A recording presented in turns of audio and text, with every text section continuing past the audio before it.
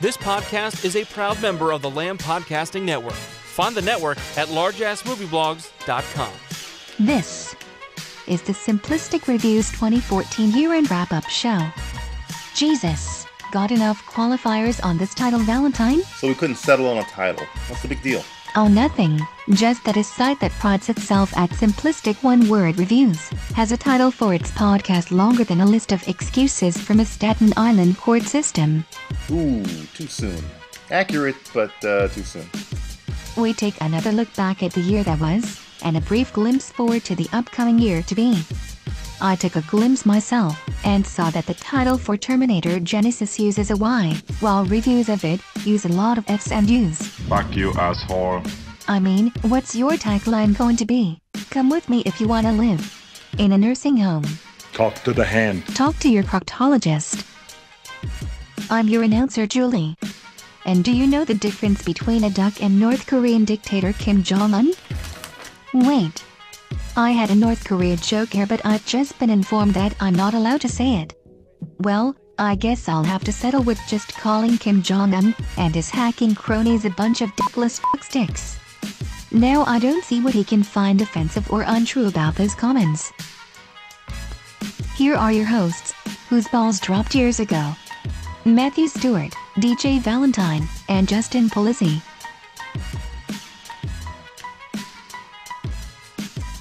Hello, 2015. This is the Simplistic Reviews podcast year-end wrap-up show. I'm DJ Valentine, and I'm joined today by my two favorite noisemakers, Matthew Stewart and Justin Polizzi. How you guys doing?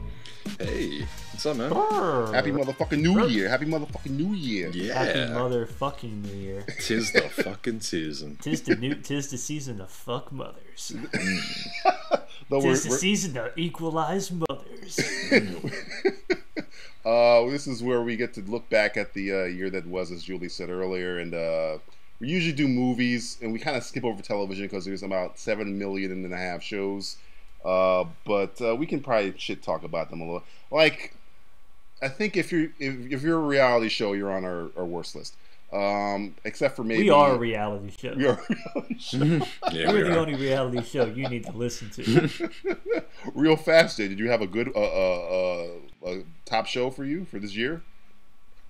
I guess it's still going to be the same shows that we talk about on fucking TV Roundup every fucking episode. So like, cut.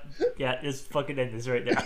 It's the same It's the same shows we always talk about. Worst, Gotham. Best, Arrow. End of show. I think, you know what's funny? Usually I would put Blacklist on there, but I though we're in the middle of the season, that's another reason why we don't do TV, because we're kind of in the middle of the seasons of everything. That split their seasons every single season for the most part. Mid-season finales are like the worst thing. Oh my god, to, who like, invented AIDS. It's like like AIDS. Fucking AIDS, studio execs. leprosy, AIDS, mid-season finales, cholera. It's the All right, worst shit ever. Cholera. It's not even I mean, a viable disease Constantine anymore. even started getting good, and it's just like, oh, well, see you in 5 weeks. It's like, fuck you. Are they actually gonna allow Constantine to keep going on? I know they were just really. They pissed said they're giving him about 13 the, episodes. ratings. Yeah, they're giving him 13 episodes, but what worries me is they're allowing him to smoke now, which They means don't that give NBC any don't give a fucks, fuck. They don't give a fuck anymore. They're Before, like, allowing we'll him to never smoke. have him smoking because it's against the rules of NBC. Now NBC's like, we still got a Constantine show? Whatever. Maybe they'll just forget the show. They keep producing the show, and they just forget about it. It's kind of like a Grimm? guy from the fucking Office Space, fucking built in Office Space. Yeah, Like, right. We fired him, but he just kept coming in and through a glitch in the payroll system. He keeps getting paid. Stapler. I want my stapler. That oddly sounds like something that would happen at that Yeah, corporation typical as well. NBC. NBC's like the TV version of Sony at this point. They're just like Yeah. bleeding. They're a joke. They don't care anymore. They have Blacklist, Yeah, and they have Blacklist. Well, they they get have this- Hannibal. Yeah, they. I'll give him Hannibal. Oh yeah, I guess Hannibal. Yeah, but they're canceling their Thursday comedy lineup for the first time in like 25 years or some shit like that, which is amazing. Unceremoniously. It's sad when they can't figure out like how to make a comedy show. That just to me is sad. Yeah. Like they've tried so many times and failed way too many Well, times. look what they're trying Well, on they Whitney. keep giving- Remember how long fucking Whitney was That on the air? Awful. Yeah.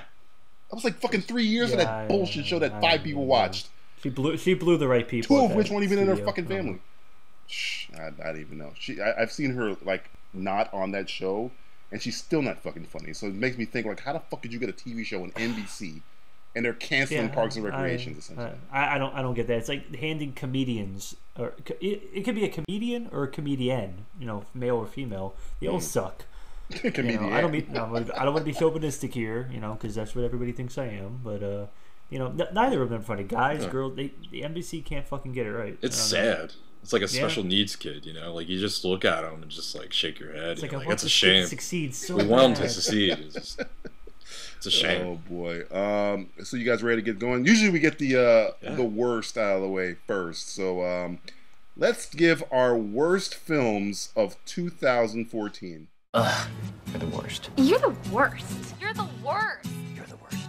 You are the worst. You're the worst. Time for the boys to give their list for the worst films of 2014. Which could be very difficult seeing as they only speak in hyperbole anyway, and that Tyler Perry made 3 this year. Worst films of 2014. Now, nationally, there's been like 7,000 films that come out this year.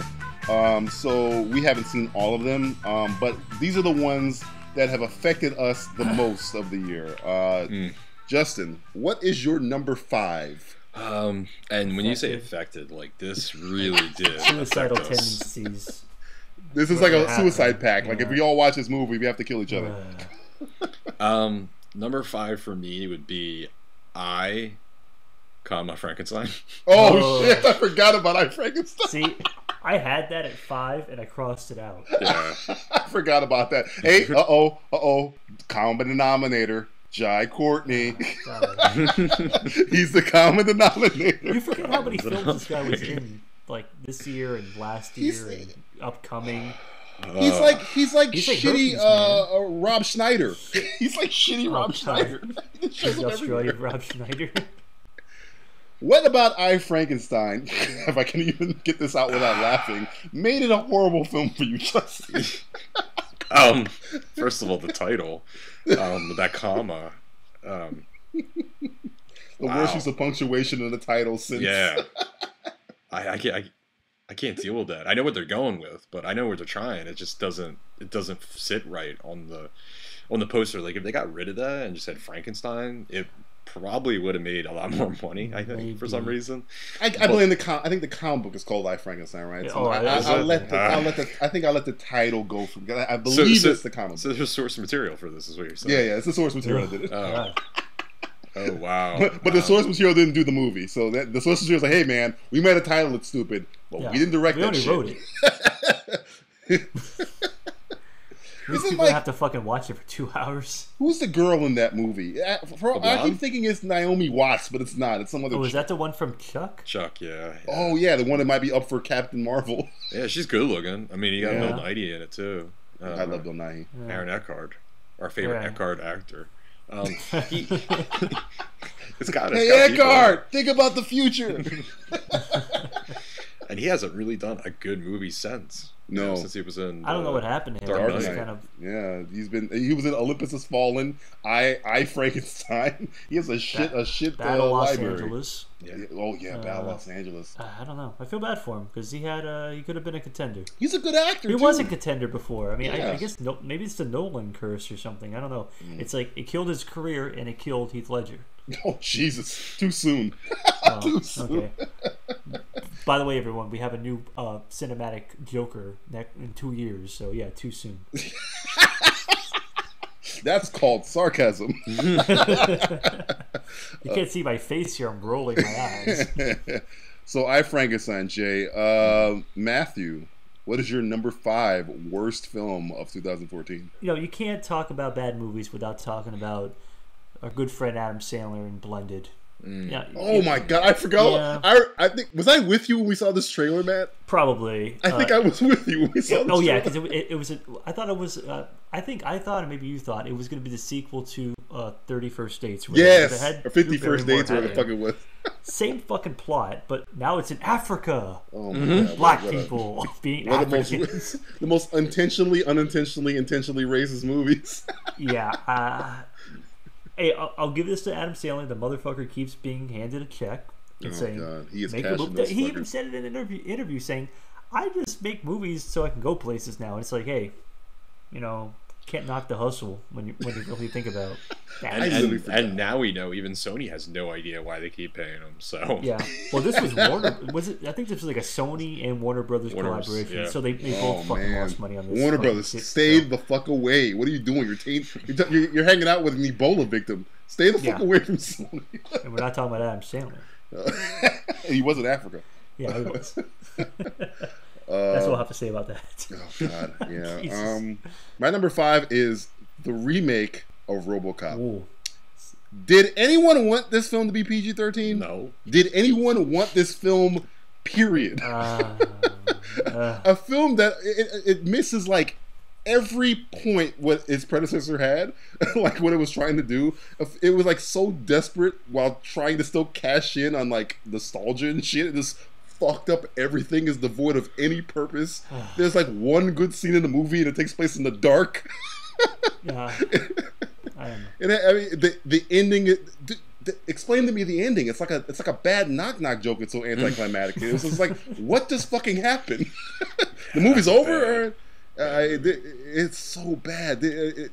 This gets my God, I hate being right award, because I don't know if you remember, Justin, where our teacher friend of ours, when this was first announced, I kind of said, this movie looks like shit, and he was like, whoa, it looks like it could be good. You have no idea. I'm like, first off, it's PG-13. Yes. Well, you can make good movies PG-13. Yeah, not RoboCop. What are you, fucking nuts?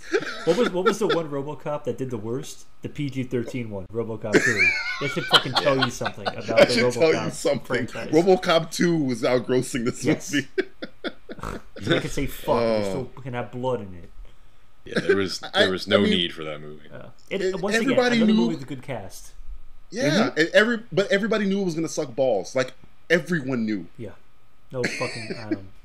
It's so bad, so bad. And I like the guy who plays RoboCop because he's on The Killing, and he's a very good actor. And he was dating Olivia Munn for a while until Olivia Munn traded up for Aaron Rodgers. But it's objective. Yeah. But I think she probably saw RoboCop. I was like, oh, I gotta get the fuck out of here. I can't be his Robo. I can't be with you anymore. I gotta get out of here. No. But no, RoboCop is my number 5. Jay, what is your number 4 worst film of 2014? We're getting to the. It's gonna get worse. I know, and I'm sure you guys have this on your list. Yeah. The pain rolls upwards. A Million Ways to Die in the West. Oh man. This was like this was one I unbelievable didn't see, watching this movie. I don't have it for framer. I know DJ and you guys, you both said it was fucking shit. I stole it. Yeah, I didn't watch it. I didn't pay for it. I watched it at home, and wow, I was just waiting for the movie to like finally kick in and be hilarious or funny. And there's only one scene in it, and we talked about this on the podcast. Yeah, there's only one scene in it that we actually liked. It was kind of cool to see Doc Brown in the Wild West, and they just drop it. They just dropped it.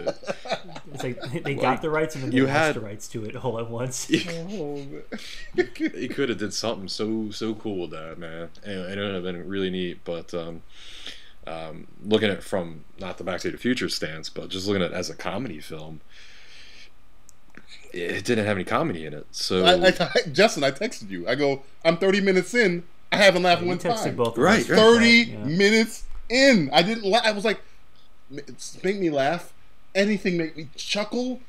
Anything. Like I had one laugh in this movie. Is the laugh when he pulls out like $1 bill or some shit. He goes, oh my god, that's $1 or some shit. That's the only time I laughed in the entire fucking movie. That was the only time, really. That was it. I didn't laugh at anything else. Yeah, mine was at 0. So at least you had one. So you got something more out of it. They got one out of me, man. They squeezed one out of me. Didn't they say like, oh, the best comedy westerns is Blazing Saddles? Blazing, like, right there. Your snake bit yourself. Shit. Yeah. Well, it's typical Seth MacFarlane braggadocious shit, asshole, fuck, cocksucker. Fuck that guy. That's why Matt didn't see it, because it's essentially your mortal enemy. I got a good question, Jay. I got a good question that Matt. I want to get from Matt. Matt, who do you hate more, Seth MacFarlane or Zack motherfucking Snyder? Seth MacFarlane, because it's too. I'm not into the whole wink, wink, nod, nod ability to like say, see, I wrote the joke. I think it's funny. You should too. See, I like Dawn of the Dead as much as I don't like Zack Snyder for the most part. I like the Dawn of the Dead remake a lot, and he makes some things that are kind of cool. I think he overuses a lot of shit that I think is unnecessary, and fuck him. Okay, I just thought that was interesting. But yeah, A Million Ways to Die in the West is a fucking excellent choice. It was on my honorable mentions as worst because it is. It missed the point of being a comedy film. Completely. Where was you have Liam Neeson? You don't use him. You got fucking Liam Neeson. But yeah, that's another movie with another good funny cast, people in it. It's like, what the? I'm sensing a fucking trend here. Sarah Silverman, you don't use her. She has maybe 3 scenes where she does anything. The rest of the time, she's not even in the fucking movie. She's a prostitute that won't have sex with her new husband or whatever. But she fucks everybody else. Yeah, I mean, they could have did something with it, but it just fell flat. It was horrible, absolutely horrible. And everyone asked me that, did you see it? And I'm like, yeah, it was absolutely horrific. And it doesn't seem to surprise people at all because See, that's funny. I would think people would be shocked because there's such a Seth MacFarlane following by everybody. There is. I guess there is. It's just sad. It really is. Matthew, what is your number 4 worst film of 2014? All right. This is, like I said, once again, this is all fucking tossing up shit right now. I'm gonna go with number 4. A movie called Best Night Ever, which was basically it was a found footage all female version of The Hangover. I remember this trailer. I never saw this movie. And yeah, it's it's an overused fucking premise, and 2, it's I don't know. I mean, people are fascinated by this whole fucking women gotta be gross and show their pussy and talk about shitting on themselves. Wait, who are these people that are saying this? The same people that like Amy Schumer and all that shit too. Who I don't like Amy Schumer at all. I don't think she's like the younger Lisa Lampanelli in my book. Oh man, I don't fucking have any opinion of. That's harsh. But it's just I don't know. It's being. I mean, it's kind of well, you're a chauvinist. You don't think women are funny. It's like not these women. These women aren't funny. You do something like Bridesmaids, which is reasonably clever, has some funny lines or something like that. Good. I don't like the whole movie, but there's parts I like. But this fucking disgrace to fucking cinema. And I'm only at number 4. We're already at number 4, and we've already reached the disgrace to cinema. Yeah, it's just I don't see the appeal. It's like I think they were trying to cash in on the whole Project X. People who like Project X. Hey, if you like high school kids that get into trouble, how about bachelorettes who get into trouble in Vegas? No, that's I understand it. Hollywood has made Vegas lame. How do you do that? Just bomb it. How did you make Vegas lame? By making fucking Best Night Ever. Oh God. Yeah. Well, my number 4 is probably a movie that's going to be on everybody's list here. I call it the terribly malformed Neanderthal turtles. After we saw what Bay did with Transformers, no one, especially Justin Polizzi, wanted a film about it done by him or his cronies. But he gave it to us anyway. He jammed it down our fucking throats and just out of spite fucked up the script and made them aliens and Shredder into Colonel Schrader. When he tried to change that, when he tried to change that to fix that fuck up, he made Shredder white. Didn't realize, that's fucking stupid. A guy named Oroku Saki's a white guy. He had to change that, man. By changing that, he made the main villain of the movie have absolutely no backstory whatsoever, and the third act make no fucking sense. What's his name? William Fichtner disappears. Yeah, it's funny how there's that third act where it's going one way and then it just does a complete 90-degree turn. 90-degree turn. What happened to the main antagonist? He kind of left. Because there's that shot where he's walking up to the suit, kind of like Batman would do, walking up to the suit to put it on, and then it turns out it's not even him. It's the Japanese MacGuffin. It was always intended to be William Frichter, and then he got so much bullshit. He got so much Exodus bullshit about whitewashing the character. He was like, "I'm too far in. I guess we'll just re-edit it and reshoot it so where William Frichter is not this other guy, and Shredder, we won't ever show you who the hell fucking Shredder is. You don't have any story behind him. All you know is that he has an Asian accent. And he's in the dark." Does he even talk in the finale? Because I'm assuming they didn't have him talk at all. I think he might have said, like, "Come on, turtle." That was it. And that's all he said. And we joked. I remember us when this first trailer came out. We joked about him wearing a Jaeger suit. Mm-hmm. And god damn it if we weren't right about him wearing a fucking Jaeger suit. That was overblown. Well, you knew the whole point. It's like, hey, I gave you some upgrades. Like, oh no upgrades. Don't upgrade them. But okay, look at it this way. How this movie is not good. It's very bad. But how bad could it have been? Oh, it could have been worse if it was alien fucking Colonel Schrader. So I guess this is why it's not higher on my list, but it's still bad. But it could. You're right. It could have been so much worse. And I remember we were talking about this before it was coming out, and even Justin was like, "It's not horrible, but it's really bad." It's solid bad. That was the thing. It's a solid bad film. Justin, when you watched the screening of it, you were like, I want to like this, but how in my right mind can I like this? Right. Because the problem is now kids will see that, and that's to them. That's their Turtles.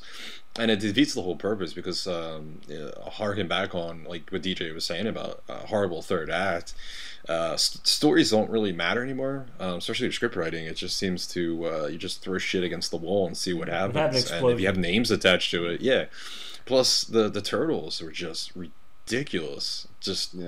The design was just ridiculous. Like that was actually the least of my worries at the end of the day. Oh my god! And I really would love a Turtles film. Like I really would love to see a Turtles film, but I got it, and it's horrible. And yet I still want to like it because it's the Turtles. It's hard to get. Sorry, man. It's hard to get to go. I mean, I'll watch. I don't like Batman Forever or Batman and Robin, but I'll watch them.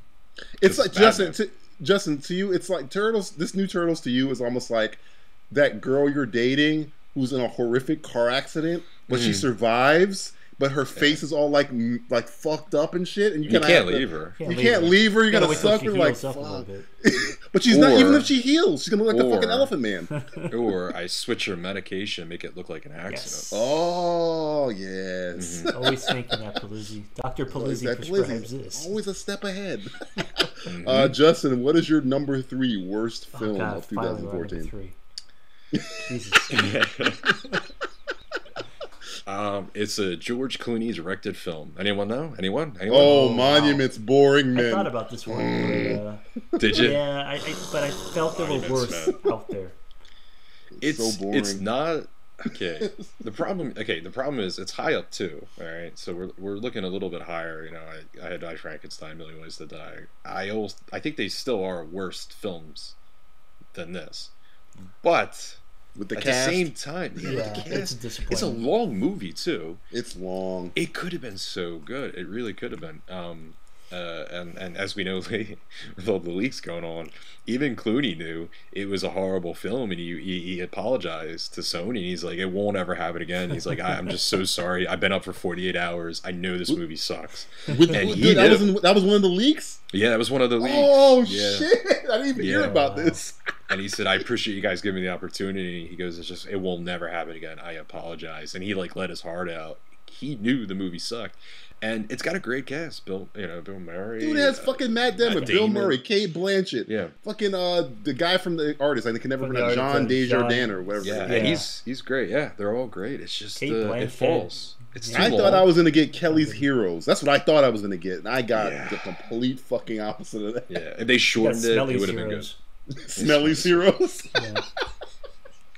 That's the best I could do. That was a good line. That was a good line. You get a cookie. You get a cookie. You get a cookie. Thank you. Very good. But yeah, Monuments, man. On top of it, it's just not entertaining. It's boring. Nothing happened. I mean, there's one scene near the middle where a character gets in a situation, and I'm just like, wow, it's taken me an hour to get here. For me, I've stopped caring.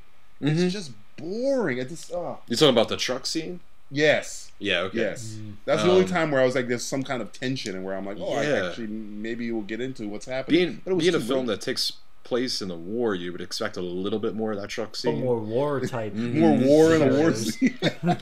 And utilize your characters. I thought Bill Murray did probably the best as being Bill Murray. Yeah, It's just it needed more, and then you have he John was Goodman. stifled though. He was Yeah. stifled though. He didn't do much. Yeah, he wasn't allowed to really let it out. Yeah. I don't know. It's unfortunate because I was like, wow, this is gonna be good. The first trailer had this like really cool kind of jazz song to it. I was like, oh, I'm really feeling this music. And then they kind of turned it around and said, wait, now the trailers are fucking action and fucking dun dun dun dun dun dun. It's like, Dun, dun, dun, really? dun, George You went Clooney. from something kind of cerebral and subtle to something like, this is Matt Damon. fucking action in World War II with fat people. With fat people. Well, or John Goodman. Oh yes. Oh God. Matthew, what is your third worst movie of 2014? Worse. Let's get into Yeah. the nitty gritty I right think now. I've noticed a trend. I think I'm going with more cliched horrible movies because come on, there's no way you wouldn't think this is gonna be fucking bad, but it's worse. That's the problem. The movie that needed a sequel, of course, A Haunted House 2, is if A Haunted House wasn't enough. Now you get more Wayans brothers, more Marlon Wayans, and Cedric the Entertainer, and other black people that used to be funny a long time ago, Oh, maybe during man. Scary Movie 1 or 2 or something like that. This goes to our thing as when's the last good time we've had a spoof movie? Austin Powers? Was that the last good Black Dynamite? Maybe Black Was that the Dynamite. last Black good- Dynamite. Yeah. Yeah, I'd go with that. I mean, the rest of these movies have just been these spoof type of movies, like these Meet the Spartan type No, movies, are this is so it's all the same bad. fucking people. It's just putting out shitty like parodies, and it's like, dude, it's no, it's not I good. mean, Yeah, I can get if I can get through your comedy stone faced. You do not have a good comedy. Yeah. I shouldn't be able to get through stone faced. I laugh at anything. How can you not get me to laugh in your fucking movie? I don't know. I That's really when they at were a making fun of loss. paranormal activity, if I remember correctly. Yeah, it's right? paranormal. It's all the so it's paranormal Yeah. activity and all the other scary movies like found footage and shit like that. It's just Exorcist and the Exorcism of Emily Rose, the possession of Wanda Sykes, the mere figure of a possessed whore ghost. I don't know. I'm trying to think of like his parodies of parodies, but I'm not doing a very good job of it. I mean, that's what you get. Neither You get did they. anywhere either a parody or you get a remake, and that's it. You don't get nothing new. Yeah, and it worked the first time, guys. And even when it doesn't work the first time, Did it? we're still gonna Did it fucking work the give it to first you. time? No, it did not work the first Yeah. time. Did it work the first No. time? No. You're talking about the haunted house, right? Well, I was just talking Yeah, about, I I'm don't talking about think other it worked movies the too, first but, time. you know, Oh, we already yeah, discussed yeah. one earlier, but Yeah. My number 3. I mean, if you didn't think this was gonna be on my list, the only shocking thing it was on my list, and I deleted it because I knew you had it. yeah, we'll give you your fucking shine. because again, we have not had any conversation about our list, and Justin already knows what it is. It didn't start with a T. Yes, Yeah. because the only shocking thing about this is it's not higher. That's the only shocking thing. But thinking that Transformers 4 is good in comparison to the other movies is like saying getting maced in the eyes is better than getting your dick cut off. Sure, it's not as bad, but it's still painful as hell. You'll still want to cut your dick off. Yeah, Shia LaBeouf upgraded to Mark Wahlberg sounds good on paper, but when it's the Mark Wahlberg from The Happening, it's not a good upgrade. The chick from The Last Airbender is actually a downgrade from Rose Huntington Whiteley and Megan Fox. Do you know how bad of an actress you have to be downgraded from a Victoria's Secrets model and Megan Fox? You're horrible. Her sole purpose in the film is to be a victim. Move her boyfriend's stick shift and be a victim. That's her whole fucking purpose in the movie. The film's third act, I still don't understand what fucking happened. They're like zero likable characters. They turn Optimus Prime into some homicidal maniac to properly reflect the cynical, bloodthirsty nature of the world we live in, which completely abandons the point of character completely. The film is a wet bag of dicks. It is horrible. Wet bag of dicks, huh? Horrible. It is not as bad as part 2. Because part 2, again, it's like getting your dick cut off. Part 3 is like getting the tip of your dick cut off. This is like getting, okay. yeah. This is like a circumcised at like 40 years old.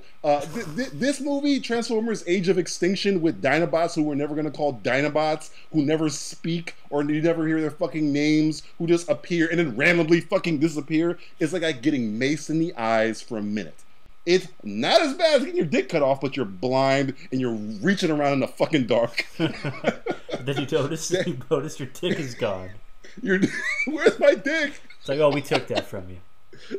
The wet bag of dicks is Transformers 1, 2, and 3. This movie is those dicks that's handed to you. They kept all the dicks for part 2. They kept all the dicks from 1, 2, and 3. Seems right. Remember those dicks we took from part 2? Here they are. They're back. So bad. It's so bad. I know it made so much money. It's the highest grossing movie of the year. It's a clusterfuck. Again, just watch the third act. Nothing makes sense. Nothing. Characters appear, then disappear, then appear again. There's this Australian chick that we see in the beginning of the movie that goes to like Antarctica. Then she disappears for like the majority of the movie. Then there's like a fucking crisis. Then she just walks up on the screen like, where the fuck were you? Then she disappears again. At the end of the movie, it's Stanley Tucci with this Asian chick. I'm like, where the fuck did the Australian chick go? Then she says some shit like, I'm proud of you. Why are you proud of him? What the fuck is happening? She's proud. That's all that matters. She's a proud Australian. Oh, it doesn't make any sense. The movie makes no sense. It's bad. It's not as bad as getting your dick cut off, again, but it's still fucking painfully awful. That being said, Justin, what is your number 2? I got it off my chest. Thank you. Like you didn't fucking the whole year. It took me till it came on DVD to watch it. Okay, so that's how much I was avoiding it. And God, I hate being proven right. Like, oh God, it's everything I thought it was gonna be and more. I know. I feel like Ian Malcolm. You want to put people on the ground this time with dinosaurs in no cages. Justin, what is your number two worst film of the year? Number 2 for me, and boy, was it a rough one. Not as rough as number 1, but when you watch a movie and there's pain, then you know there's a problem. And you didn't have that pain. Self-inflicted gunshot pain, wound or pain. It's just, film you're caused happy, you pain. everything's good. You're like, you know what, I'm going to sit down, I'm going to watch a movie. Sit down and watch a movie. You're feeling good, happy-go-lucky. Turn the movie on, and then it just goes downhill from there. See, that's why you got to go into every movie pissed off. Yeah, and sometimes I do, but this time was just I was expecting a little bit more, and the bags of dicks came in. DJ's bags of dicks came in. Wet bag of dicks. Michael Bay threw you a bag of dicks. Yeah, kind of Michael Bay. Take these dicks. Hurry.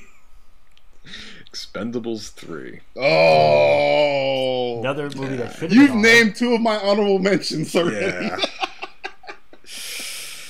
Hey, let's make Expendables PG-13. The whole premise, and right, and you add that on top of it, that we're getting rid of the whole rating, which made the first one, it's a rated R, it's fun, okay. It's dumb, but it's Second fun. one, it's rated R. Third one, PG-13 now. That's the worst idea you could possibly do in a film like this. Especially, the whole premise of this film is older actors you haven't seen that much lately doing their fantastic job of being, the action stars of yesteryear. Yet, the third one, and you saw it in the second one just a tad, the third one's biggest problem was the fact that we're not going to do the old man thing. We're going to bring in some new people, and the new people are going to essentially be the whole point of the whole entire story, and that defeated the whole purpose of these films, and therefore, you add the PG on there, I don't care. It just ruined everything for me, whatsoever.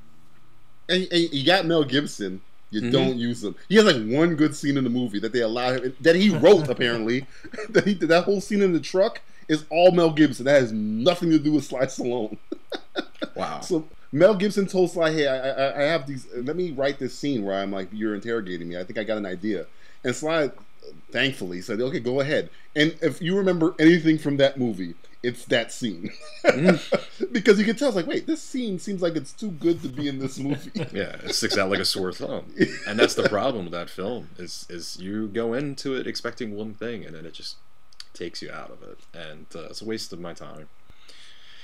Sadly, a lot of people paid for that movie to watch it. And he apologized for the he apologized for the PG-13. He by did. the way, He came out and said, "This is bullshit. I'm sorry," because he directed the first two, and then he didn't direct this one, right? No, he directed the first one, Okay. and then Simon West did the second one. Okay. West. And I forget who the fuck did this one. I have no idea. Some other guy.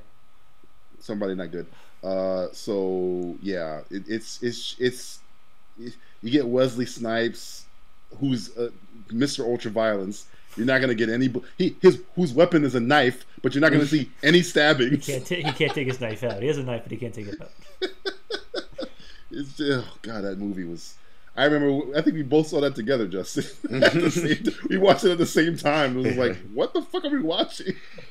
Seriously, he's cutting his beard with a knife, and you could even tell like it was perfectly shaved, like it was like so smooth. Apparently, a knife is the best way to shave your beard. Of course. It's a very sharp knife. It's a very sharp knife. Oh god, Matthew, what is your number 2 worst film of the year? I'm gonna flip 1 and 2 since. Oh wow, Yeah, flipping I mean, it. He's it's flipping not it. a big flip or anything like that. It's like, whatever. I mean, we're live, man. I know. I could flip flip it like easy, man. fucking Crazy, however you're much crazy. I want. There's not gonna be any editing in this podcast at all. Yeah, what do you mean? We never edited anything. Cut it all live, bitch. Number 2 is gonna be, unfortunately, another film with women in it, starring as the main actresses. Sexist. JD somewhere going sexist. Sorry, make better movies. I won't talk shit about you. It's gonna be The Other Woman. Now this was with Cameron Diaz and Diaz, fucking Leslie Mann and the wonderful Kate Upton, who you can check Kate Upton. I mean, the best thing about this movie is, chauvinist alert, her tits. But, so it's the only thing that's in this film, or even on her personally.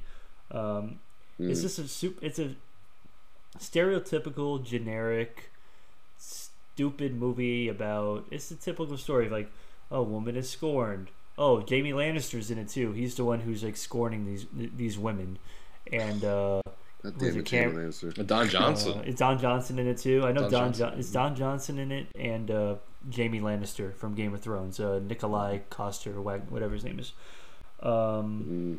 It's just shit.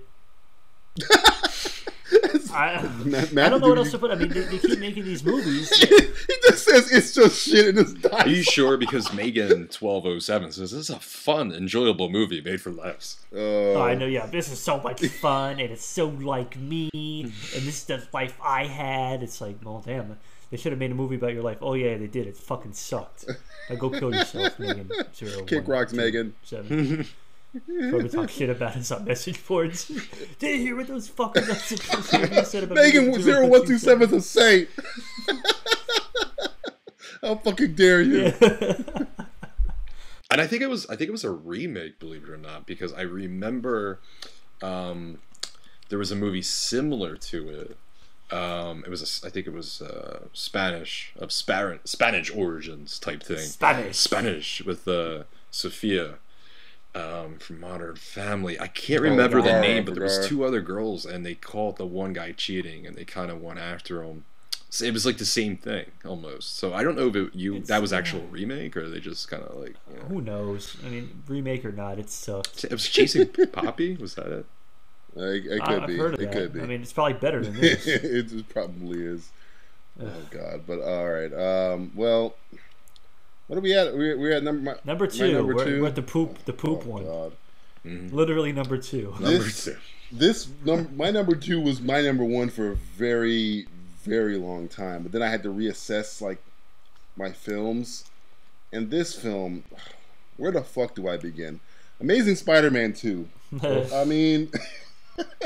Plot holes, breakneck tone shifts, 39 plot lines that amount to shit, a 10-minute prologue with people we don't care about that never amounts to shit, characters in general that never amount to shit. Putting shit in from the comic books without understanding or knowing the point of the shit was removing all responsibility from a douchebag character whose mission statement is, with great power comes great responsibility, that results in him not learning shit. This movie is so bad. It fucked Sony before they were fucked by the North Koreans. That's how fucking bad this movie was. Here's a fun exercise. Try. I dare both of you, try to fucking speak aloud the plot of this film. Just try it. You sound like an incomprehensible, rambling fucking kid on a sugar high. It's like, Spider-Man, he goes to his graduation, and then there's a rhino, and then his friend comes back from town he's never seen before, and then this guy with buck teeth gets electrocuted, his teeth get fixed, and then Spider-Man doesn't remember his name, and then he shoots him with electricity, and then he gets to a fucking jail cell, and then his friend gets a disease after his father dies from some disease we never even fucking heard of, and then he breaks him back. It's like the fucking... It doesn't make any fucking... I want to see that movie. With the kid as the narrator. It would be fucking money. Amazing Spider-Man 2 is going to be... when people look back at who hate comic books and try and give an example of why the genre shouldn't exist, Amazing Spider-Man 2 is going to be an example they use. It is the poster child for studio interference. Horrible marketing, horrible adaptations. It is the Waterworld of comic book films. It is awful. Mm-hmm. Awful. Yeah, the script's awful too. If you have any doubt, just read any of these Sony leaks and you'll see how bad it is. Yeah, I mean, Iron Man 3 sucked bad, and that made over $1 billion. At least it had characters you kind of liked still in it. This is the lowest grossing Spider-Man domestic film ever. That's over all of the Raimi ones. And this did not good. This just did not do good. No. I'm still yet to see it, so... Like I told you guys before, I do not actively seek out shitty movies. Did you watch the trailer? Because if you did, you've seen the movie. Of course. Well, yeah. Then you've seen the movie. The trailer reveals everything from the commercials, shows the entire film. I'm held hostage in movie theaters sometimes where it's like, you will watch this trailer. Yeah, well, they showed you the film. Happens to be Spider-Man, sorry. Just take those gaps that are in between scenes, just fill in melodramatic crying and Aunt May having no purpose. Cool. And that's essentially... Sounds like my life story. All right, Justin. Numero. Time for your number one worst film of 2014. Sounds like he's about to kill himself. Oh wait, do you want to do honorable mentions before we get? Let's do honorable mentions. What are your honorable mentions before we get into the worst? Honorable mention of a shitty film, or dishonorable mention of a worst film. Okay, we'll do Annie. Oh, Jesus. No, but I read a review, and apparently... If we're going to go on speculation, I mean, come on. Apparently it's just copy and paste from the previous Annie. Oh, yeah. It's got Electro in it, though. Yeah, that's true. And Cameron Diaz. Who have been in 2 movies that we've mentioned already. And the problem is that movie was leaked on the internet, and Sony's just gonna chop that up as well. The reason why the movie didn't do good at the box office. That movie's Sony too. That movie's Sony too. Yeah, it's Sony. Oh man, they are so fucked. They are so fucked. I didn't even know that was Sony. Oh yeah. Everything's Sony at this point. And it's got Cameron Diaz in it, and apparently her performance is just breathtaking. Oh, it means you will choke yourself to death when you watch it. It's so breathtaking. It's somebody hanging themselves in the studio. Way to go, Sony. Brilliant. Matthew, number one. I have none. I don't even want to continue this exercise. I think you took all mine. Go ahead, Justin. Give us your number one worst film of 2014. All right, I'm gonna be a hint. Old Johnny Depp played. He played a role in it. I think he phoned it though. He was on the phone and he just phoned in his acting. Oh, this is an honorable mention for me. You've gotten every honorable mention on my list. Let me guess. It starts with a T and ends with an E. Transcendence. Oh, Oh, my god. Wally Was Pfister. Was this one of the worst, boring movies? And it could have probably been cool. I don't know. Who knows? Yeah. But it was a sleeper, man. Like this. And not this made me sleeper tired. good, sleeper No. bad. It made Sleeper me as in sleep. no dose. I passed out. I literally passed out like halfway through, and then sadly I went back to rewatch it. But wow, I finished it. Don't get me wrong, I finished it. I watched the whole thing. It just wasted my time again and again. That's a horrible, horrible film. Why did they think that was going to be a film to make? I don't know. I It's don't got know. the What was the pedigree of a point? good movie. Again, And the cast is awesome. The cast is awesome. Morgan Freeman is a piker in that movie. I mean, look. I mean, there's like everybody in. It's like you have Wally Pfister, who's putting the fist in Yeah. Pfister right now. they'll never work again. I just Christopher Nolan's like, you'll miss your chance. You had it out. You could have done anything. You did this though. Why'd you do this? Fucking But Christopher wanker. Nolan produced this, didn't he? He might have had his fingers in this. I don't remember. He He had might his have. finger right up Wally Pfister's. Pfister got fisted. Yeah, by Nolan. It's had no rhythm to it, and it It's was boring as cheesy fuck. looking. You know, It's- like it just. I don't know. It's like a movie that your grandma buys you like the Blu-ray for Christmas, and you're like, "Why did you buy me this?" She's Why like, "It did looked you buy cool. me It looked Like, kind of cool." I no thought I'd buy special it. like features on the technology and Blu-ray. stuff, Sonny. You like technology. Here you go. Here's I mean, They I- use I- telephones in this one. I'd rather watch The Lawnmower Man, which is a similar type of film. It is film, this movie. and, yeah. It essentially is this movie, isn't it? Isn't it? Lawnmower Man, like the beta version of this movie. Yet it's better. Yes. This had James Bond in it. Oh God. True. Yeah. Oh God. Matthew, what is your number one? Well, you said you had no honorable I have mentions. no. Yeah. Like I said, I don't actively seek out. Like, I mean, you could say Ninja Turtles is like being in my top 10 worst or something like that, but didn't crack the top 5 or anything like that. So yeah, there aren't really a lot of movies I seek out to go like, yeah, this movie's shit.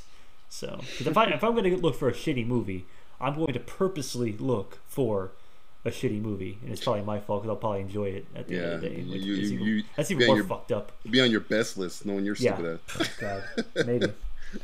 But number one, and you talked about this already because this was on your list, TJ. Yeah. Me personally, for everything, this just ruins a lot of things in my life. It's RoboCop is the worst one, and we already talked about it. So Yes, there really bad. isn't much else to say, but it's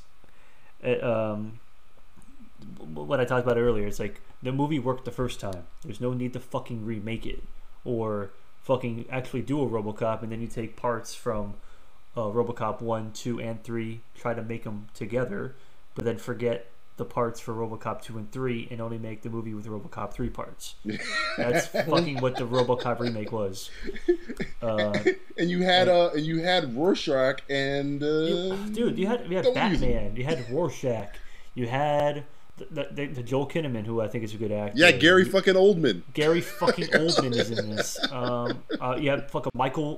What's his name? Michael Williams. Michael fucking Williams, yeah. Omar. Omar's in this movie. Omar ain't coming nowhere. Omar's coming over your fucking face. The game is the game, my friend. The Game. game is the game. It's all in the game, bitch. If he said that, I'm okay with it. Yeah, I would have probably given But it yeah, a 3. just stop wasting fucking movies on good actors. You're taking their time away from other movies they can be making that are And better. you're taking our time up to watch these shitty Watch movies. these shitty fucking. Don't waste my motherfucking Don't time. waste my mother time. I think we did have maybe more shitty movies this year than we have in a while compared to the good films. I think it might be the same amount, but when they're the had a lot of shittiers good are films this they're year. way more like when they're shit, they are. Yeah, Shit. these are prevalent. These are like This is like grade A American shit. yeah, only in America would they make shitty This is like movies. this is not that watered down shit. This is that fucking No, that's not pure real shit. Colombian cocaine shit. Coke and shit your Uncut. This is uncut shit right here. Pure. So Pure, good. baby. Oh God! All right, Justin, you named all 3 of my honorable mentions: Transcendence, Million Ways to Die in the West. What was the second? You named another one. I forget the name of it. Transformers. Well, no, that was. Oh, yeah. I think it was Monuments Men. Monuments Men. Yeah. Yeah. Do I win anything? You win the handshake from me. Amazing Spider-Man 2 was my number one for, a long time. Like I said, I had to rethink, what movie... What dethroned Spider-Man? What hurt me? What made me angry? And this movie came out earlier in the year, so that's why I forgot about it. I had to think about it. It came out in March. Need for Speed is the most nonsensical... This had to have been nonsensical pile of elephant shit I've seen this year, and maybe I've seen in 10 years. The film actually made me angry. Like, I was mad. Like, if anybody was around me when I saw this... Did it make you so angry you wanted to jump in your car and kill yourself? I might have. I think I would have fought... drive away. The film makes no sense. I mean, like, when people say that it's hyperbole, no. This film makes no fucking sense. The acting is embarrassing. The motivations of people rival the Joker. They just do things. They have no fucking idea what they're doing, but at least the Joker is entertaining. These people, they don't have any fucking idea why they're doing shit. And don't give me that shit about, it's just to show off the cars, and all the cars are practical. Fuck that. Fast and the Furious is meant to show off the cars, and the Fast and the Furious is Citizen fucking Kane. It's Gone with the Wind compared to Need for Speed. And Michael Keaton. Oh... Again, it's two Michael Keaton films. Good thing he saved face at the fucking end of the year, because he had some bad shit early. What the Michael Keaton? Why are you in this? Why? Why is every line of dialogue you have written for you as subtly as a wet fart? Thank God for Birdman. It's like, I think, like, when I was watching Birdman, I'm like, it's like he's talking about Need for Speed and RoboCop. Like the films he's forced to do. Like he's forced to do RoboCop. He's forced to do Need for Speed. Dominic Cooper, stop doing these films. Abraham Lincoln Vampire Hunter, Need for Speed, Dracula, Untold. Stop you're Howard fucking Stark. Yeah. But no, Need for Speed is perhaps like that. Amazing Spider-Man it didn't hurt me as much as it was just like, what the fuck? Like I was just like throwing my hands up. Need for Speed, I was like clenching my fists, like white knuckled. Like, why am I was hate watching it. Like, why does this exist? Nobody makes any sense. Why are you trying to stop your friend's killer in the murder weapon? Why are you driving the murder weapon? Like, nothing makes any sense in the movie. It's so bad. It angered me so much. It is my number one worst film. Really? Of 2000. Yeah, my number motherfucking one. It beat out Spider-Man. That's how bad it. Trust me. I know a lot of people haven't seen it because they have sense. But if you ever see it on your I want you to put it on your fucking DVR, record it, and then don't watch it, just delete it. I just want make a point of it. I just want you I just want the spite of like recording it so the movie thinks that somebody else might watch it and you just delete it and never watch it. Oh God. All right. Fucked up. That's our worst. We get the worst out of the way. I think it's time to let's soothe. Oh, God, my blood pressure's so high right now. Let's soothe. I was getting angry just talking about Need for Speed. Let's soothe it out with our best films of 2014.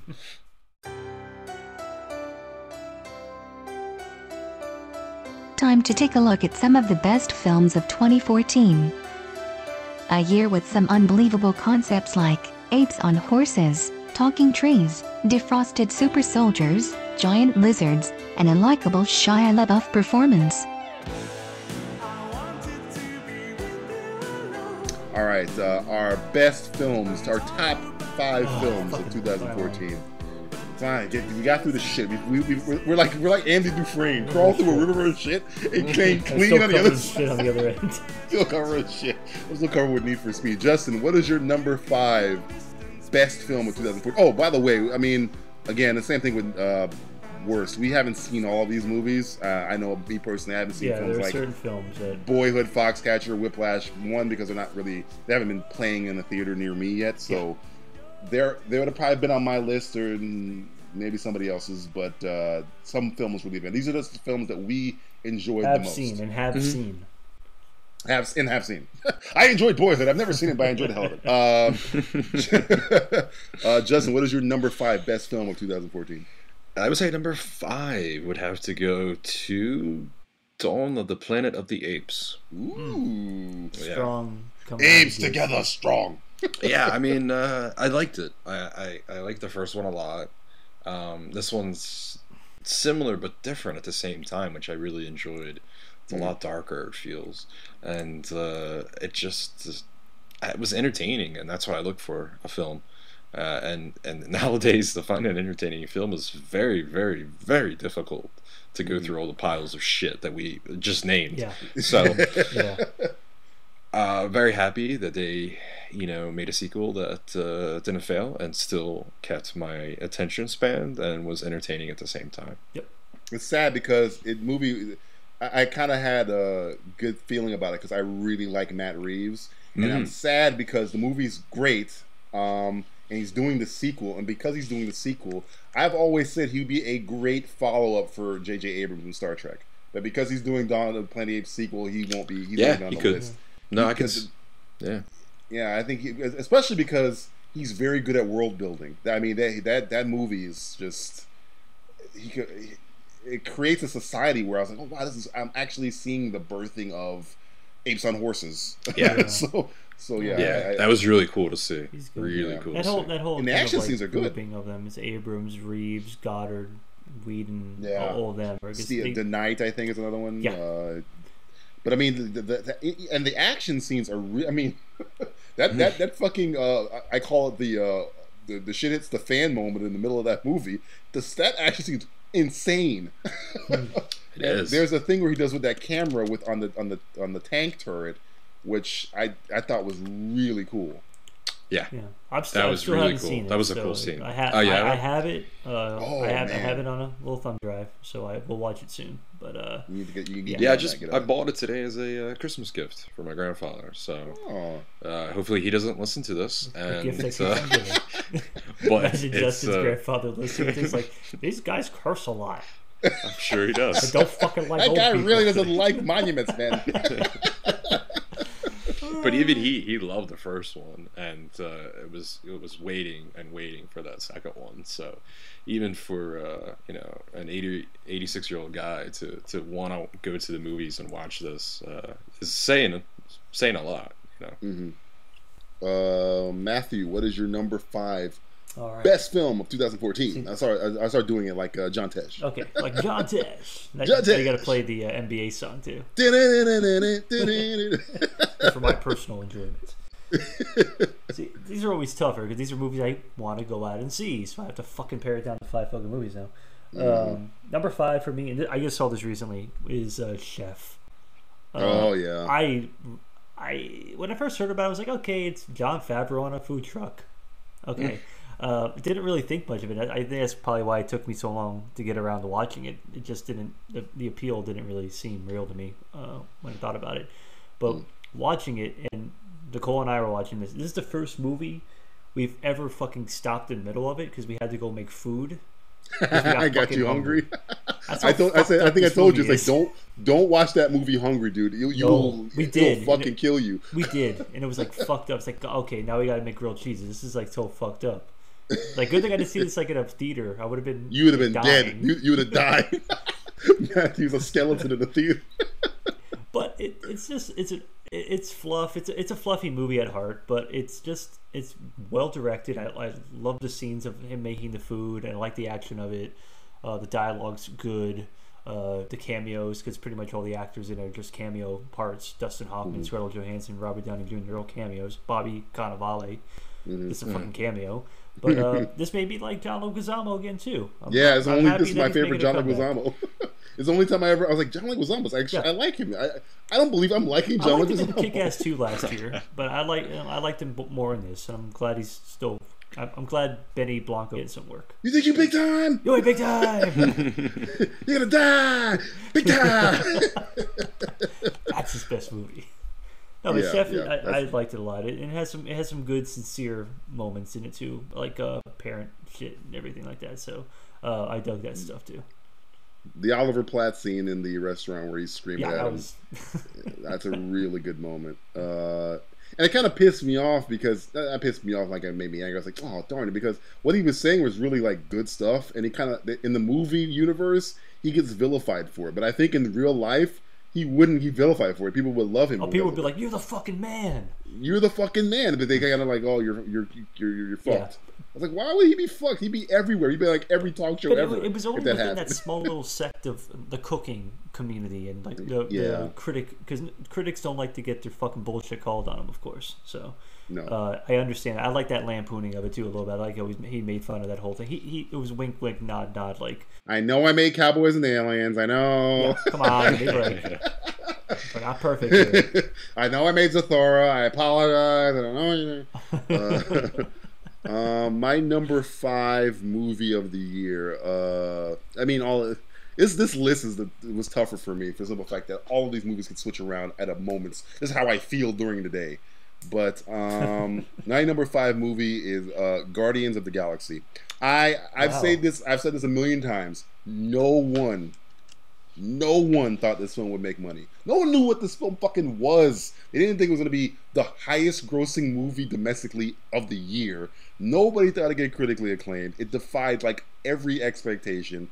It's the reason why we're getting a Suicide Squad movie. It's the reason why we're getting movies from all these fucking companies in general that are taking chances now, because this was like the biggest. Kevin Feige was like, here, you want to see my balls? Boom, here's my fucking balls. Boom, on the fucking I got a talking tree and a fucking talking raccoon. Here's my testicles.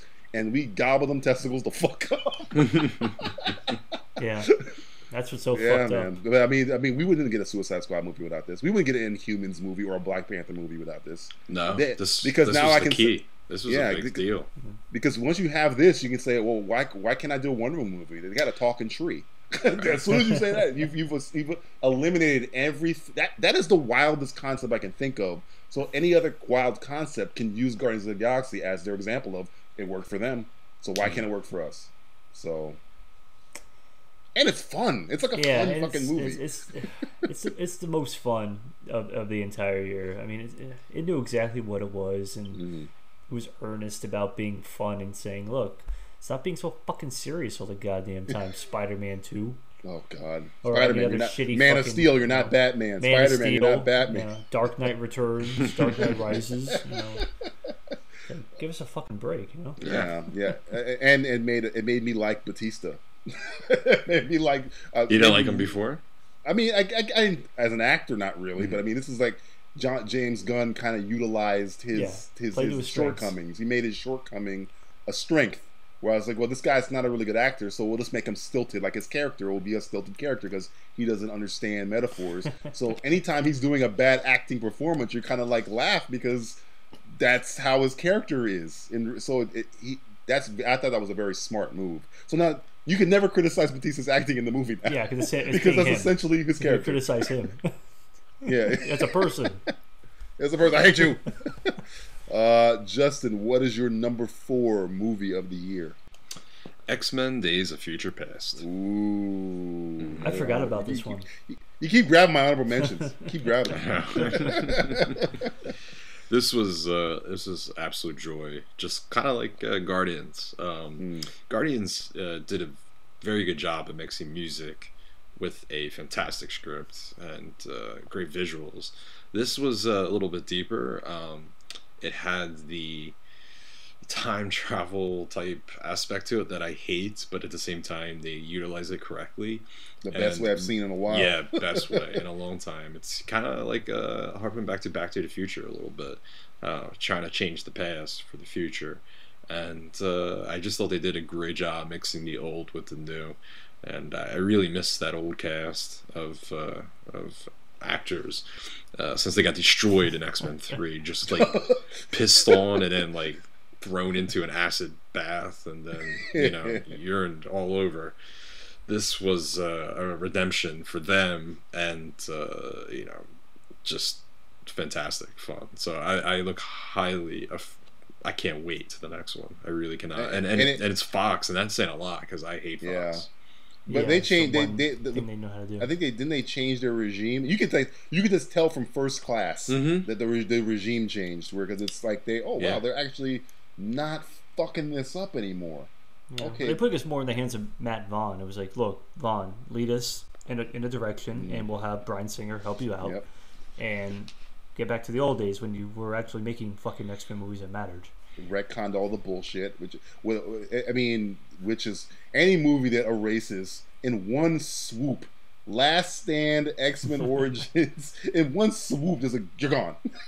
That's a movie I can get behind. And to think you have Wolverine in there, I have to admit, I remember when this movie came out, and I kept telling you guys I was really worried about this movie over and over again. You guys, why are you worried? I was like really worried, because I was like, man, they got this humongous budget, and they have all of these actors. How are they going to make everybody equal time? And the time was kind of, you can tell it was not that equal. But for you to have Hugh Jackman in the movie and he doesn't overshadow everybody. I mean, like Michael Fassbender is still excellent in this role.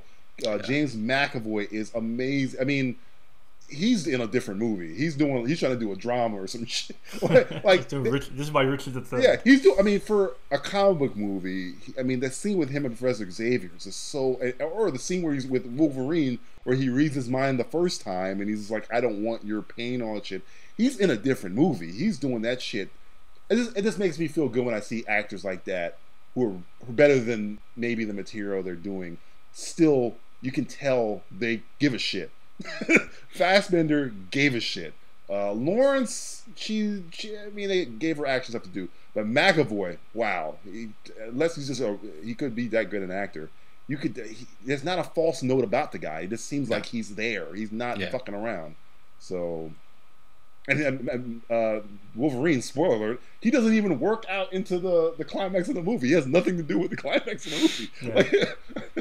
That's the one thing that's kind of weird. It's like he's in the movie for 90%. It's like, yeah, we're just gonna throw you in the river. Bye. See ya. But no, Days of Future Past is a badass movie. Matthew, yeah, I need to revisit that. I haven't seen that since the theater, so I need to go back and watch number four. What's your four? Under the Skin. Kind of sleeper movie, but I mean, this movie's kind of had like a certain. People talked about this movie ever since it came out. I don't think I've seen a more kind of original take on like sci-fi or the invader story, or the kind of, let's just call it the species story. Not Natasha Henstridge type thing where women seeks out men, destroys men, and takes everything that belongs to them. I think this is probably Scarlett Johansson's best performance, and she doesn't even really say a whole lot. It's this and her for me. She's awesome in her, and then probably this. She's very good in her. I mean, it's good that she's actually getting some stuff to do outside of Black Widow, and everything like that. So it's good to see him. She was in Chef too. It's kind of a trend. She was in Chef. She's in this. But I just love her. Like I just like the way it's kind of like maybe this year's Chappie a little bit. How Chappie might be a little bit next year, where it's like somebody going into a new world and learning about the new world. Granted, and I'm not going to bury the lead anymore. You get to see her boobs. She's naked. There you go. Sorry. The movie could have sucked. The movie could have sucked, right? But you stole a little of it. Yeah. What sucked to me is that that's the only thing anybody was talking about in the movie. It's like, oh my God, you get to see her tits finally. It's like, okay. I mean, sure. I mean, who wouldn't want to see that? But it's funny too. It's like she's in Marvel-owned Disney movies now, but then she still has the time to show her tits. Yeah. So that's all good. I like that. Mickey Mouse is all right with that. Man, do what you gotta do. Oh, let's see your tits. Eddie never lets me see your tits. But the movie, if you give the movie a chance, the movie is very, very good. It's shot beautifully. Beautifully. Yeah. I fucking love the way this movie was shot. It just seems like you're on a different planet the entire movie too, which I think is excellent. The final scenes where she's up in the mountains and in the woods, it's so fucking awesome to look at. And I don't know, it's just a cool story. I like what it can mean, or what it might mean to me, what it might mean to different people and stuff like that too. And it's very nuanced and very, like, it could go over a lot of people's heads, but I loved it. I thought it was really good, surprisingly good. It has one of the most disturbing scenes I've seen all year is that fucking baby on the beach. That's fucked up. I was like, what's fucking going on? Freaks me out.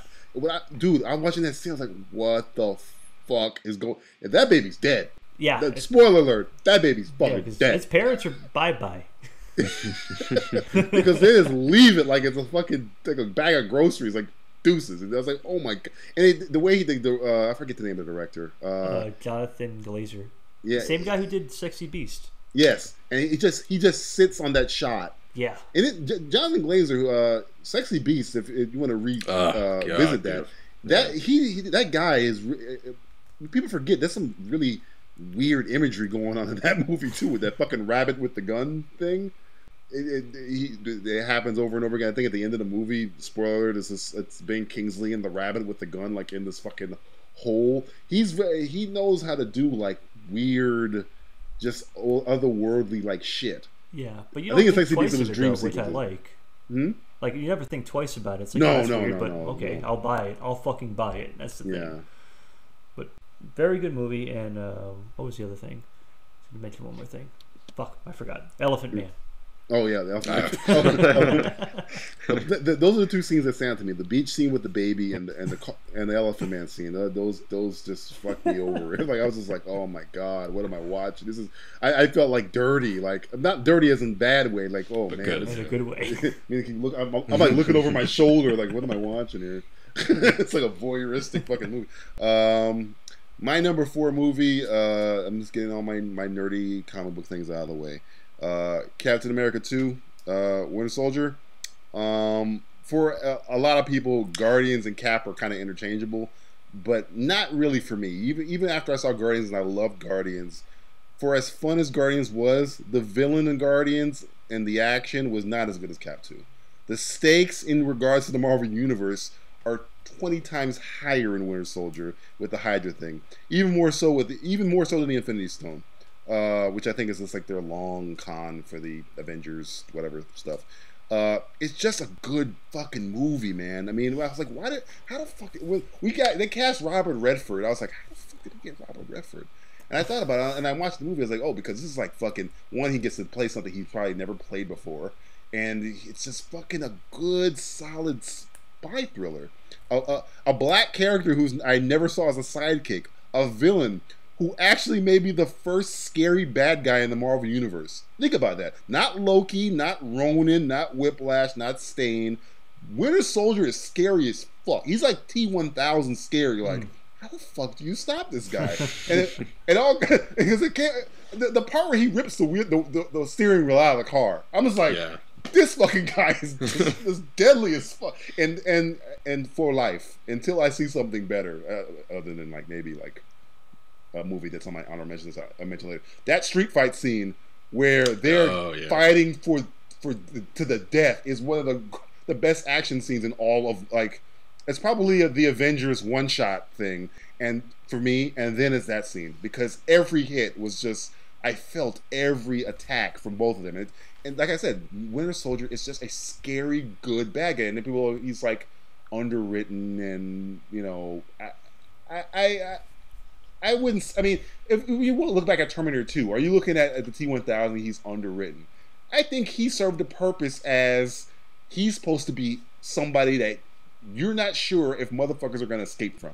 Because when he's dealing with Scarlett Johansson, I'm like, oh shit, I think Black Widow's going to fucking die right now. Because I don't know where the fuck Cap was. So you don't get. I never had that with Loki. Even with what he did with Coulson. Right. He never really scared me because he was so it's jokey fun. Loki. There is no. This is the unstoppable. Jokey, yeah. Like you're saying, T-1000 is like the best example you could probably give for this character. Yeah, he's a T-1000, and I guarantee you that's probably the motivation they gave him. You are the T-1000. You're an unstoppable fucking killing machine. Every time you make a move, it's to reach for another weapon. That's exactly all he's doing the entire fucking movie. So there's a lot of tension in that movie, which is something we haven't really seen in a long time. No. Especially with comic book characters. Yeah, the stakes were high. Very high. And for the first time since Avengers. I don't know. I've never. Yeah, maybe the Avengers. Yeah, because they're attacking New York City. But even that, it was like you still took it out of you because like, oh, it's aliens attacking. Yeah. Okay. This is like a fucking badass soldier with unlimited power that is going to kill you. Yep. And you can't Yeah. do shit about it. No, I can't. mean, you can. Not even Captain America could do. Dude, he shit, so shot he's really Captain fucked. America like 3 times. He's like, "Fuck America." He was blasting that American flag all day. But no, I mean, Guardians to me is pure fun. Cap, I had fun, and the chemistry is good, the acting's good, the action's good. It starts off on a bang, and I think I heard the Russos were doing Avengers, I was like, you know what? If I had to pick somebody to follow up Whedon, I think we're in good hands because Cap 2 was about the closest we were gonna get to the Avengers until the fucking second Avengers anyway, because it's the scale of the fucking thing was way bigger than I thought. So Cap 2, my number 4. Justin, what is your number 3? Number 3 is going to have to be Edge of Tomorrow. Ooh. Oh, sorry. It's not. I don't know what you're talking about. I don't know what you're talking about. I don't know what you. Die, kill, repeat. Die, kill, repeat. Die, kill, I don't know repeat. which one it is. Or let's just come up with a fucking idea what it's called anymore, because that was the most confusing marketing that's ever been done in any film history. Like, it's still confused. They're still confused. It's still confused, yeah. Oh yeah. I know on IMDb they kept changing it back and forth, back and forth, back and forth. So I mean, other than that, it was creativity is a word that pops into my head right away. When I watched that movie, I hadn't really seen something like that in a very long time, where they had something that was really creative and could have been very complex, yet they did it in a way that was very simplistic, and it went without any upsets. Sometimes I could see like a film like that being made and they really just fall on their face. They're not sure where to go with it. You have these plot holes and whatnot. This really, from A to Z, was thought out very nicely, and really just a fun movie to watch, really. It's just a damn shame. I think I'm just glad it's kind of getting like attention now on DVD. It's a damn shame this movie didn't make more money. No. Because of all the films that came out during that time, you had like Godzilla, Spider-Man, and this. It got lost in the shuffle big time. I mean, and it was marketed, as Justin said, like a fucking blind man marketed this fucking movie. Like, they didn't understand what the fuck they were marketing. Such a shame. It's a shame. I'm glad it's doing. I think it's doing really well on DVD. I hear. Though I think this is kind of a I don't want a sequel because I think this is a self-contained. No, you don't want a sequel, but it is a shame because I can see if this movie did very well, it could have really helped other types of films and other people trying to push the boundaries of creativity in their storylines. I'm getting a little. I miss that. I miss that old time blockbuster with that hint of new material that we haven't really seen, because keep in mind, like we talked earlier, we're just getting remakes or we're getting stupid sequels that we're not asking for. So I miss that. It's a shame. It could live on. I mean, it's like, I don't think even a lot of people even look for like receipts as much as they used to, because they know everything goes to DVD or Blu-ray or on demand, and Netflix, they can make all their money back just with one good, with a good well marketed. I have to look. I think it might have made its money. I'm sure it did. You think of on a worldwide scale, because everything is global based now. Nobody gives a fuck about domestic receipts now. No, not anymore. Matthew, what is your number? What number? Number 3. I'm gonna say it's already been spoken about, but I'm throwing Guardians at number 3 for me. I was kind of back and forth because when I first thought about it, I was like, this has to be my number 1. Then I thought about it more. I'm like, okay, let me move it more towards the middle. And I was even considering moving it back further, but I kind of got trapped with other things. But I mean, it's not a bad movie to have at number 3. No. Maybe I was a little more sensitive about it this year because of certain things happening. So maybe to me it pulled on my emotions and shit like that a little bit more than maybe it would any other year. But it was just fucking fun movie, and I like James Gunn. That's another thing too. It's like a win for the little guy who's actually, of course you have little guys like Mark Webb. Fuck that guy. And fuck other small little directors that it's like, this guy made 500 Days of Summer. Let's make him make Spider-Man. Hey man, I might have to rethink my criticism of him, because from what the Sony leaks are telling me, and James Horner, Mark Webb didn't have shit to do with those 2 movies. Well, that was all Sony. Okay, if you read the leaks, but on the surface, it's still his fucking fault. But James Gunn is always a guy I liked and I rooted for. I mean, I like what he does with a little. He's like Blomkamp a lot, where don't give him a lot, give him just enough, and he'll figure out a way to fucking make the movie work really well. Yeah. And granted, this is like what was this, like $180 million production, near $200 million production, 180, 160, something like that.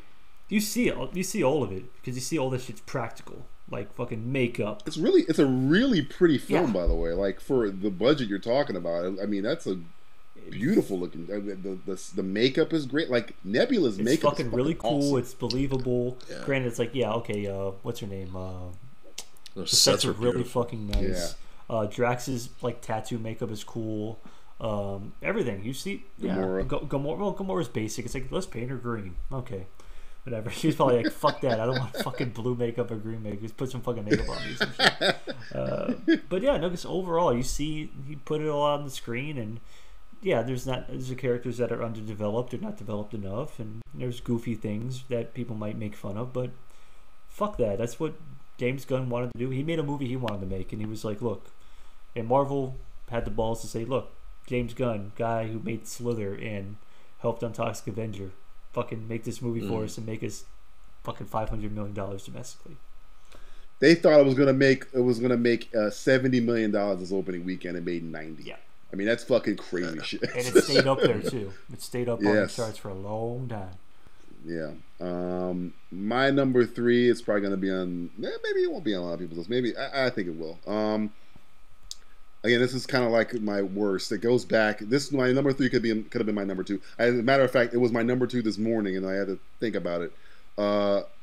Nightcrawler. Oh, fuck you. Yeah, this Jake Gyllenhaal. I think the reason why I kind of moved it down is because I was more enchanted by the performance than the film. Because he has my favorite male acting performance of the year. Jake Gyllenhaal is freaking hypnotizingly creepy in this movie. It's a clinical definition of what a sociopath is. And a film like this by a first-time director really fucking impressed me, which is like, if you would have told me Michael Mann or Nicholas Winding Refn did this movie, I would have believed you, because the way it's shot, it just seems like this guy who's been behind the camera for years, like everything, and no wasted shots, and just the acting, just his performance. Essentially, it's easy to fall back on because like Locke, you're following everything Gyllenhaal's doing. The characters kind of revolve around him, but it's all fucking Gyllenhaal. My only gripe is that I wanted more. Yeah. It's got an abrupt conclusion, which was a bit of a bummer. But if your problem is that I don't want your movie to end, you got a good problem. Yeah, that's a good problem. If you're like, oh, why is the credits rolling? No. But I mean, the film. I know I'm probably stepping all over Matt's because I know Matt loved this fucking movie. Don't worry. It's my number 3, good. And again, it should have been my number 2, but I think I had to, I think it's performance over film mainly, but I mean it's not because of the look of it. And when I say performance over film, it's not saying the film is bad. It's just like the performance is so fucking good. There's too many things that are good in it to really pin down one good thing that you say specifically this is the best part of the movie. Yeah, I mean it's him. I mean he's amazing in this movie. I mean, and of all the people who are nominated for Critic Choice Awards, his is the most different of the ones I've seen. I mean, I've seen the guy with the ailment. I've seen the guy the old guy trying to make a comeback with whatever, like Nebraska. I haven't seen since maybe Hannibal and Silence of the Lambs a character like this that's so despicable, such a despicable fucking but performance. You root for him though, which is so. Yeah, you root for him. Like you. How does that make you feel? As you're like on this guy's side. This guy's a fucking evil son of a bitch. But yeah, Nightcrawler is my number 3. Jay, what's your numero dos? Man, getting down to it now. Dos. It's going to be a movie we talked about recently, quite a bit, and it's going to be Birdman. Oh yeah, I remember we talked about that, but it would never see the light of day. No. That's an inside joke. A lot to like about this film. but more importantly for me, after seeing DJ's most hated film, having him in it, and then going from, I believe it was that, then he went to RoboCop. Two of right? our I most think. hated films. My number one. Two of His our number most one. hated Yeah, Think about finally, that. Keaton gets to do a good film. A good film that we haven't really seen in a while from him, and I enjoy watching Michael Keaton act. So, absolute joy to finally see him be in a movie that I enjoy watching. And it's different from. I mean, you could say it's probably one of the most out of all the list of all the movies made this year. It's the most distinct in its tone, its narrative, how it's shot, how it's acted. You know, it's. I'm just glad Keaton got this movie. I mean, this is like. I heard somebody joking like the Asylum version of this movie will be Val Kilmer, but I forget who. Harvey, I'm Batman. I'm Batman. But no, I agree with you, Jay. Man, this film is. It's funny, like one of those films that people were hyping up, and I was like, okay, I keep hearing about Birdman. Right. And I kind of walked in the theater, and I was like, okay. I didn't know about the continuous shot thing. That I heard rumors about that only. I thought it was. I didn't even hear rumors about it. I'm glad. I'm glad I didn't, because it caught me off guard. Where I was like, oh, this is fucking awesome. So yeah, and the performances are great. Yeah, I mean everybody's solid in it. Mm-hmm. Matthew. All right, number two. This would just harken back to what DJ was saying. My number two is Nightcrawler. It's, I don't know. I remember when we first saw the trailer for this, and I was like, "Holy shit, I'm in!"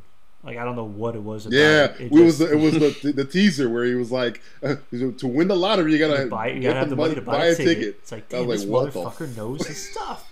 And then he's just screaming in front of a fucking mirror. Look, that's, which is not in the movie. That part where he goes, he's at the counter. I think that trailer was just made for the movie. It's not. A lot of those scenes aren't in the movie. Yeah. So I mean, the lottery ticket scene is him screaming in front of the mirror but then there's other stuff they cut, I guess, for time pacing purposes or something like that. Yeah. But he's just. I mean, he's great. The whole third act of the movie is fucking amazing. Yes. I mean, I don't want. You kept telling me. He's like, dude, that third act's gonna fucking kill you. Yeah, and then the fucking stinger at the end is just like even better. At the end, that was so good because it's like, why wouldn't I expect that out of this character? Which is so fucked up to think. Yeah, it shocks you, and you're like, of course. Like, why didn't I see that coming? Why did I have any hope for this fucking despicable person at all? Oh, but him and Rene Russo are so good on camera together too. I'm glad she's getting. I don't know if she'll get more work now, but that's her husband's directing it. Well, so there you go. But she's good. Like when him and her are on screen, and he's basically fucking extorting her for sex. Which time? Both times are amazing. I mean, they need to play for the Oscars. I want them, I'm assuming he's gonna get an Oscar nomination. The Oscars, they have to play the one. Don't play the. I love the a friend is something you give to yourself. That's awesome. But the one where he's like, I'm not done. I don't want to argue about prices. You're gonna give me everything I want to.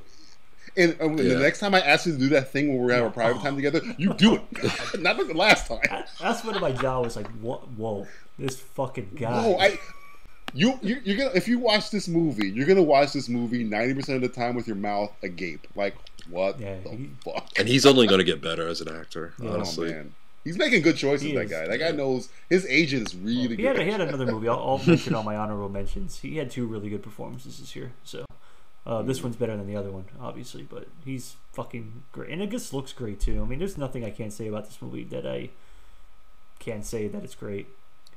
He's coming off of Prisoners, right? And he's great in Prisoners. Really good. Yeah. He picks movies that test him. Yeah. I think Prince of Persia scared him straight. He was all right. Enough of this bullshit. Scared everybody straight.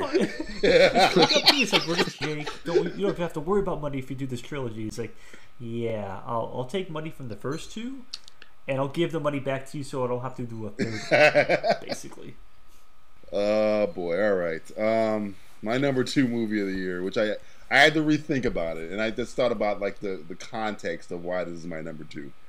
This is the scariest film of the year. Not because it had a Wes Craven monster in it, but because I could see this happening, because it gave women all over the fucking country ideas. There is a line in Sleepless in Seattle where Tom Hanks tells his son, "Have you seen Fatal Attraction?" "No." "Well, I've seen it. It scared the shit out of me. It scared the shit out of every man in America." Gone Girl is the new Fatal Attraction. Wow, number 2 for you, huh? Yeah, number 2 for me, man. You gotta think about it. It's probably easily the most talked about movie of the year. There is no women, men. A long time. Maybe it scared the shit out of every man in America. Literally 24 hours ago, a guy at my job, I told him, "Don't watch this movie with a chick. I just don't do it because it's dangerous." And even if she doesn't say anything, she's plotting. All right. And he texts me at 9 o'clock last night. He says, "Man, you were right. I should have never watched this with a chick." I'm like, "What happened?" I go, "All I said was He goes, "All I said was the bitch is crazy," and it started a fight. So I'm like, man, Gone Girl, and on top of the fact that it's just a very Rosamund Pike is again chilling. My 3 and 2 are just 2 chilling fucking characters who will probably have no chance of winning an Academy Award, but they're probably the most original characters you'll see this year. David Fincher is a fucking. This is one of those movies where he's like got one hand tied behind his back, and it's just effortless with him. Every time David Fincher does a montage, I get giddy because he's like the man. He just plans out all his shots so fucking perfectly. It's almost like when you're on a plane and you get a pilot that knows what the fuck he's doing. You just feel safe. It's like, don't worry, guys. The plane, I know it's not gonna be his fault. It's the plane's fault. No, it's the plane's fault. Han Solo knows how to fly this Falcon. Yeah. David Fincher is a fucking genius. Again, I just don't think this was a hard movie for him to do because I've seen him do films 10 times harder directorial wise. So, but this is great. And Rosamund Pike, man, if there's a yin to Jake Gyllenhaal's yang. It's the character she plays in Gone Girl. It is.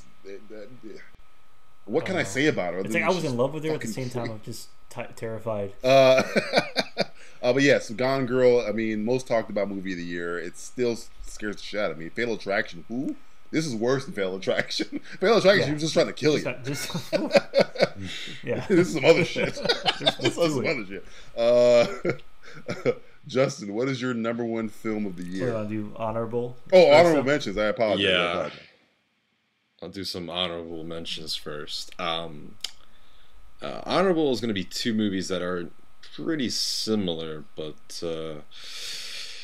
completely different at the same time. And they are good. The first one would be The Equalizer. I enjoyed watching it. You really love The Equalizer, man. A lot. I did. I mean, not as much as the other one. That we talked about, but I thought it was something different. I haven't seen in a while. Usually you get movies like this and they're just kind of lousy, just stale is the word. The other one was A Walk Along the Tombstones, which I believe was a book adaptation. Yeah. And never heard of it before, didn't know anything about it, but the book, it's exactly like the book. It's book must be really good because I actually thought the movie was highly enjoyable, and Leslie Nielsen wasn't doing the same Leslie Nielsen type thing. Leslie Nielsen? That he usually Liam Neeson. Leslie Nielsen. Leslie Nielsen was in the Tombstone. Yes. A burial among the tombstones. Naked gut amongst the tombstones.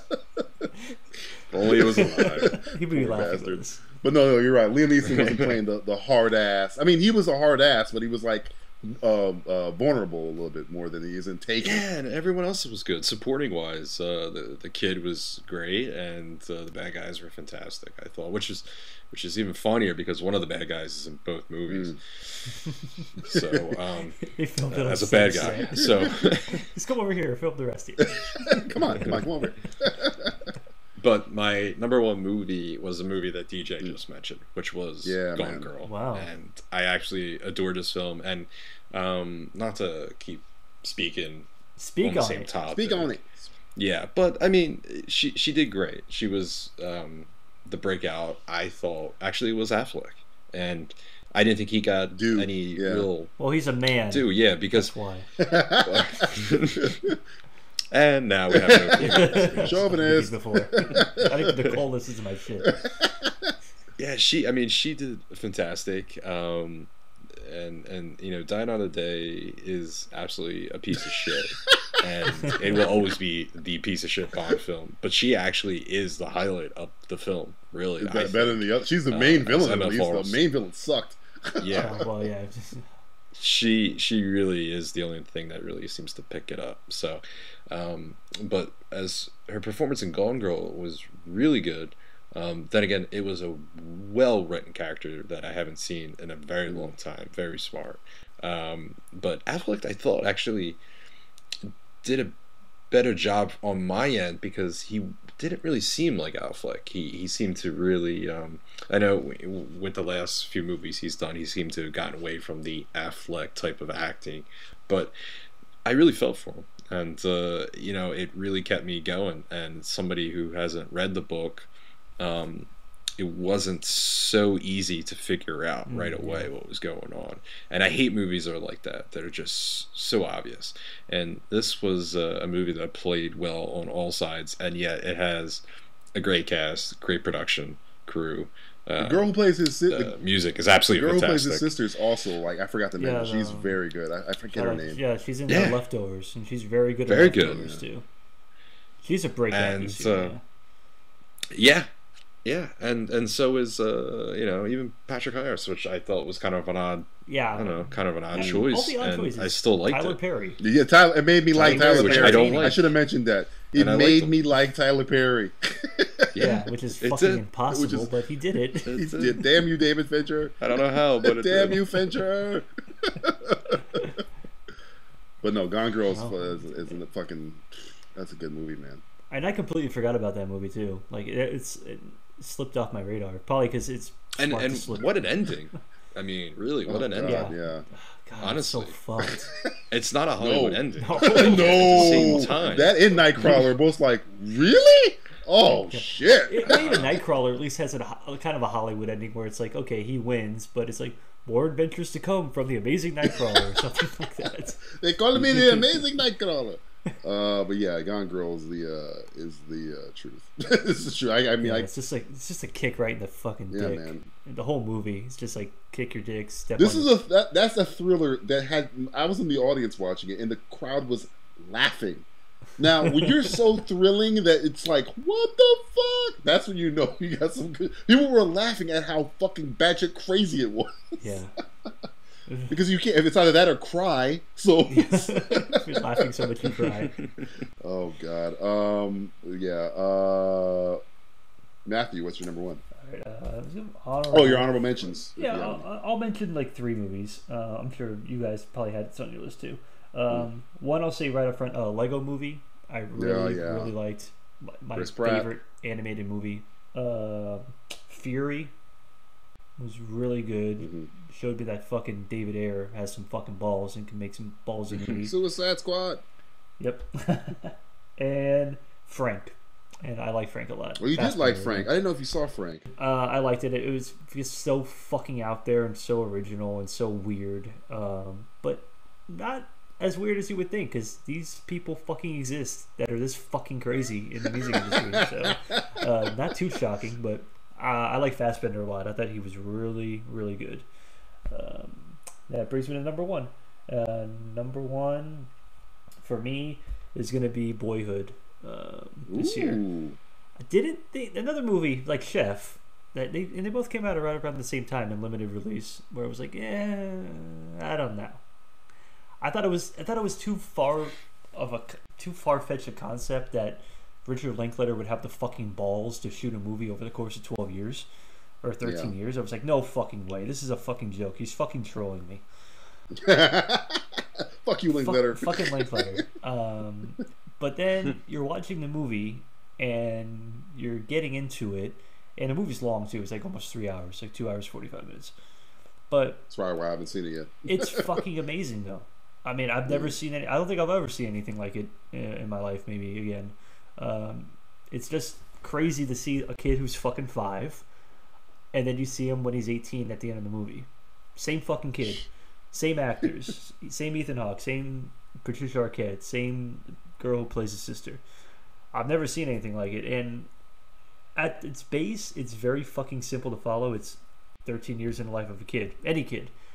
But there's parts in the movie where you're watching, you're like, wow, I remember that when I was fucking 12 and that happened to me, or when I was fucking 6 and that happened to me with my dad, or I was fucking 16 and I had the argument with my mom or some shit like that.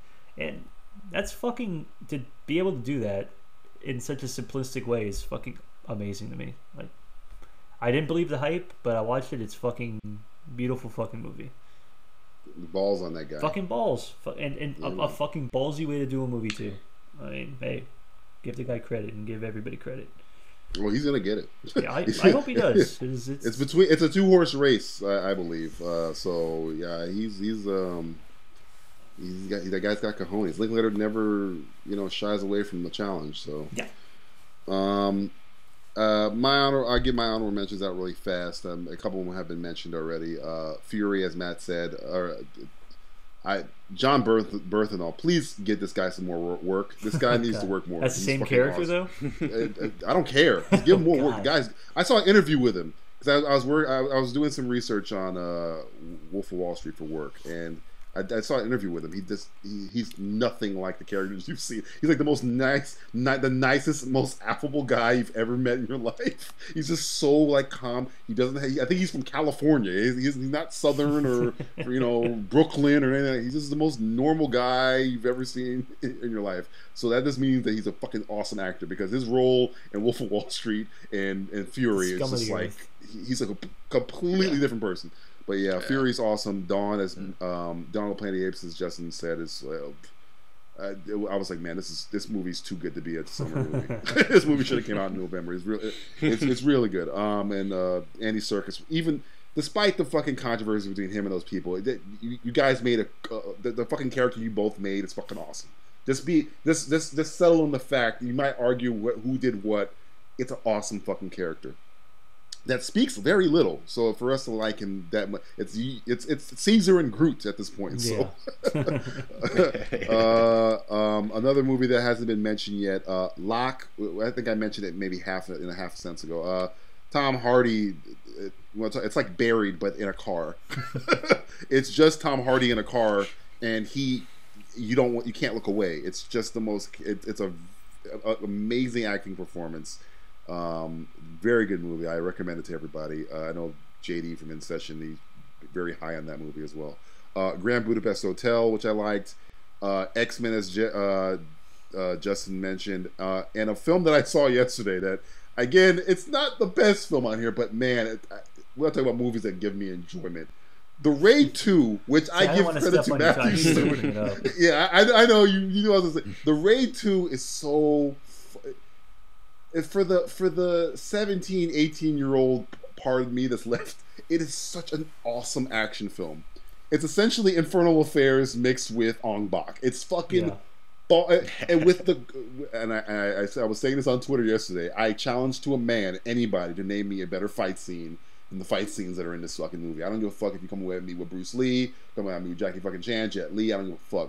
Donnie Yen. There is no fight scene better than the kitchen fight scene in The Raid 2. I don't care. I will go. If this is poker, I throw my car. I'm all in. I put all my fucking chips in the middle of the fucking table. It's fucking amazing. What's so fucked up about that? It's like every fight scene tops itself. It's like you have the mud fight scene. Then you have I texted you, Matt. I texted you. I'm like, Matt. That's a hard thing to do too. That's a hard thing. I texted Matt while watching, and I'm at the mud fight scene. I'm like, Matt, this is the greatest fight scene I've ever seen. Like, no, it's not. He goes, you haven't seen shit. He goes, you haven't seen a fucking thing. You're about to see the fucking thing. Man. You think that's good? Just call me back in an hour, bitch. Yeah, call me. Shit. But yeah, Raid 2. It's a good movie too. I mean, it improved upon everything that the Raid had, and just fucking improved it. Yeah, man. And I mean, it's gonna get a lot of shit because it's like, oh, it's this little fucking Departed. It's the same melodramatic undercover story. Yeah, it's fine, but it's just a fucking awesome movie to watch, man. Just as an experience, it's a fucking experience. That movie. Go into the movie expecting what you expect. Don't fucking think more than then Yeah, this better be fucking the ordinary people. Okay. No, it's a fucking fun. It's just an experience. Just watch it. Just to watch it to say you watch it. You're gonna be tired after seeing that movie. It's so fucking. Yeah. The action scenes are so great. My number one. It's already been mentioned. Acting, directing, writing, cinematography, the message, all terrific. Birdman, my number one movie. Again, I haven't seen Boyhood yet, so I probably have to see it this weekend. But of all the movies, there's some other ones we haven't seen. Yeah, Foxcatcher and Whiplash. I could have mentioned too. That's one I forgot. I saw today. I thought it was very good. Better acting than a movie. In my opinion. But as award season rolls around, you're seeing the others agree. Birdman is fucking filmmaking at its fucking finest, man. I mean, there's been 3 movies that come out this year that have fucking cojones. It's Boyhood, it's Interstellar, and it's fucking Birdman. But I think I haven't seen Boyhood, but to compare Birdman to Interstellar, I think Birdman sticks the landing. It's just the level of difficulty that they're trying to do. I think they accomplished this one shot thing. To the novice, it might seem like not a big deal, but man, it is fucking. I can't imagine how they could even conceive of how many takes they had to do. Anybody fucks up a line. I mean, I know they simulate some of it, but you got like 30 minute, almost like 30-minute shots. So, I mean, you fuck up one thing. You gotta be on your A game. You gotta be on your fucking A game, and the acting for the acting not to suffer, to be actually amazing. I mean, Edward Norton, which I did not see coming. I didn't know he was. I knew he was in the movie, but I didn't think he was gonna be this. This is probably my favorite Edward Norton performance in Fight Club. I know Matt's kind of down on her, but I think Emma Stone was very good in this movie. Just not my favorite in the movie. I can understand it. But Michael Keaton is the scene about the jellyfish. I'm not gonna give anything away. Just the jellyfish scene. That's probably the most I've gotten broken up this year. Is just him talking about that stuff. It's very good performance. And it just makes me feel good that he's in because of the shit that we've been talking about. Like Justin said, it makes me like, thank God. Just shit after shit after shit. I'm just thank God somebody's seeing that Michael Keaton is fucking good, man. It's been a long time since Clean and Sober, man. It's just I want somebody to see that this fucking guy got the goods, and I think Birdman is like I could very well watch Boyhood next week and be like, oh well, Boyhood beats it. But right now, I think on top of the fact that this movie is just fun. I was never bored in it, and it was very entertaining. I'm laughing, I'm crying. I feel like a Roger Ebert fucking review. It's a very good movie, and it's a movie that I would recommend everybody watch just to say you fucking. Yeah, it's an experience movie. That's the experience movie of the year this year. Yeah. So before we get to our most anticipated, we're gonna hear from one of our Lamb brethren. Do you like movie podcasts hosted by inebriated people? That's Kai with the cracking voice and Heather's touched by evil. One thinks he's Spider-Man, the other is a ninja. It's the Man I Love Film podcast, it's the Milfcast. Hey everybody, I'm Kai. And I'm Heather. And we are the hosts of Milfcast, the Man I Love Films podcast, the official podcast of manillovefilms.com. This is the podcast where we like to talk about what we've been watching, talk about movies, but mainly we just like to drink, be silly, and play a whole bunch of games. So we think every other week you should grab a drink, snuggle up, and let us make sweet love to your ears. Otherwise, we'll make sweet love to your couch. So come and find us on iTunes. Just search for Milfcast. Time to look ahead to the most anticipated films of 2015. A year so chock full of great films, I'm postponing my daily dozen donut intake just so I can survive long enough to see them. All right, most anticipated films of 2015, our top 5, which again I think are going to be overlapping like a motherfucker. In some way or but form, it's just, I just think the order is going to be important, not the especially film. when we get a little higher up. Yeah, when we get a little higher up, I think the order is going to be different. But Justin, what is your number 5 movie of the anticipated movie of 2015? It's going to be a sequel. You ready for it? I'm ready. One? Yep, another sequel. London Has Fallen. I love that one. It's a sequel to love that Olympus movie. Has Fallen. Gerald Butler's back. No, he's getting tea and crumpets. No, I'm joking. The 5th one, I'm gonna have Avengers: Age of Ultron. Is gonna be my 5th one. Oh, A little low. I thought it was a little bit low. A little bit low. Well, it's low, but I you know, Spader didn't win you over. We Spader know, didn't win you over. No, we know it's going to be good, right? We already know it's going to be good. Mm-hmm. No issues, no worries. No. Although then again, I think back of Iron Man 3, and that looked really good. The only thing that worries me is Quicksilver, because I don't know how it's going to be a tough. Don't worry. Don't worry about it. Hey, you probably just put it low because I'm looking forward to it, but it's like, okay, I'm gonna see it, I'm gonna like it. Like there's no worry. Yeah, I mean really. that's really toward me. The other ones, there's some that I'm a little worried about, and then there's some that I've never really cared about yet. Now I'm very excited for. Mm-hmm. So this one, yeah, I'm gonna put it right there. But you know, it's up there. It's on the list, so it's not like I'm saying it's shitty. But, Age of Ultron's gonna be good, and I'm anticipating on watching it. Fucking Spader, man. I'm telling you, man. Spader. Matthew, what is your number 5 most anticipated movie of the year? I'm doing a switcheroo at this point now. I think too. I'm gonna move one up and kind of move one out. He's shuffling the deck. I was looking at the slate. And I think this year was more like a renaissance for small little films and small indies and things like that. I think next year is gonna be the big fucking. We're gonna fucking suck your dick so good. You're gonna love it. You're gonna love it. You're gonna love our fellatio. But at 5, I'm gonna start small because this is something personal, I guess. Pitch Perfect 2 is number 5 for me. 1 because it's a movie that both Nicole and I both love, which is weird just to think about. For different reasons. And there's other reasons. There's certain actors who I adore as well. Yeah, Anna Kendrick. Call me whenever you can. Whenever you want. It's not the fat one, right? Yeah. You're not talking about the fat one? No, fat girls need love too, but not from me. DJ can jump on that grenade if he wants. I'll tap Rebel. I'll knock her out of the park. You'll be her rebel. You'll give her the old rebel yell. But I look forward to seeing it because it's going to be a movie that Nicole and I are both going to go to the movies, and hopefully, even though I have very low expectations because it can't be as good as the first one and match the love I have for the first one, but Elizabeth Banks is directing it. I like Elizabeth Banks, and it's got people in it that I think are relatively funny, and it's got David Cross in it, which is always a plus, and yeah, so Pitch Perfect 2, I'm looking forward to seeing what they're going to do with it, and hopefully it's a fun time. Is this Elizabeth Banks' directorial debut? Or first movie she's ever directed. So no pressure. Yeah, no pressure. This movie, my number 5 most anticipated movie of 2015, sadly has apparently fallen off of everyone's radar.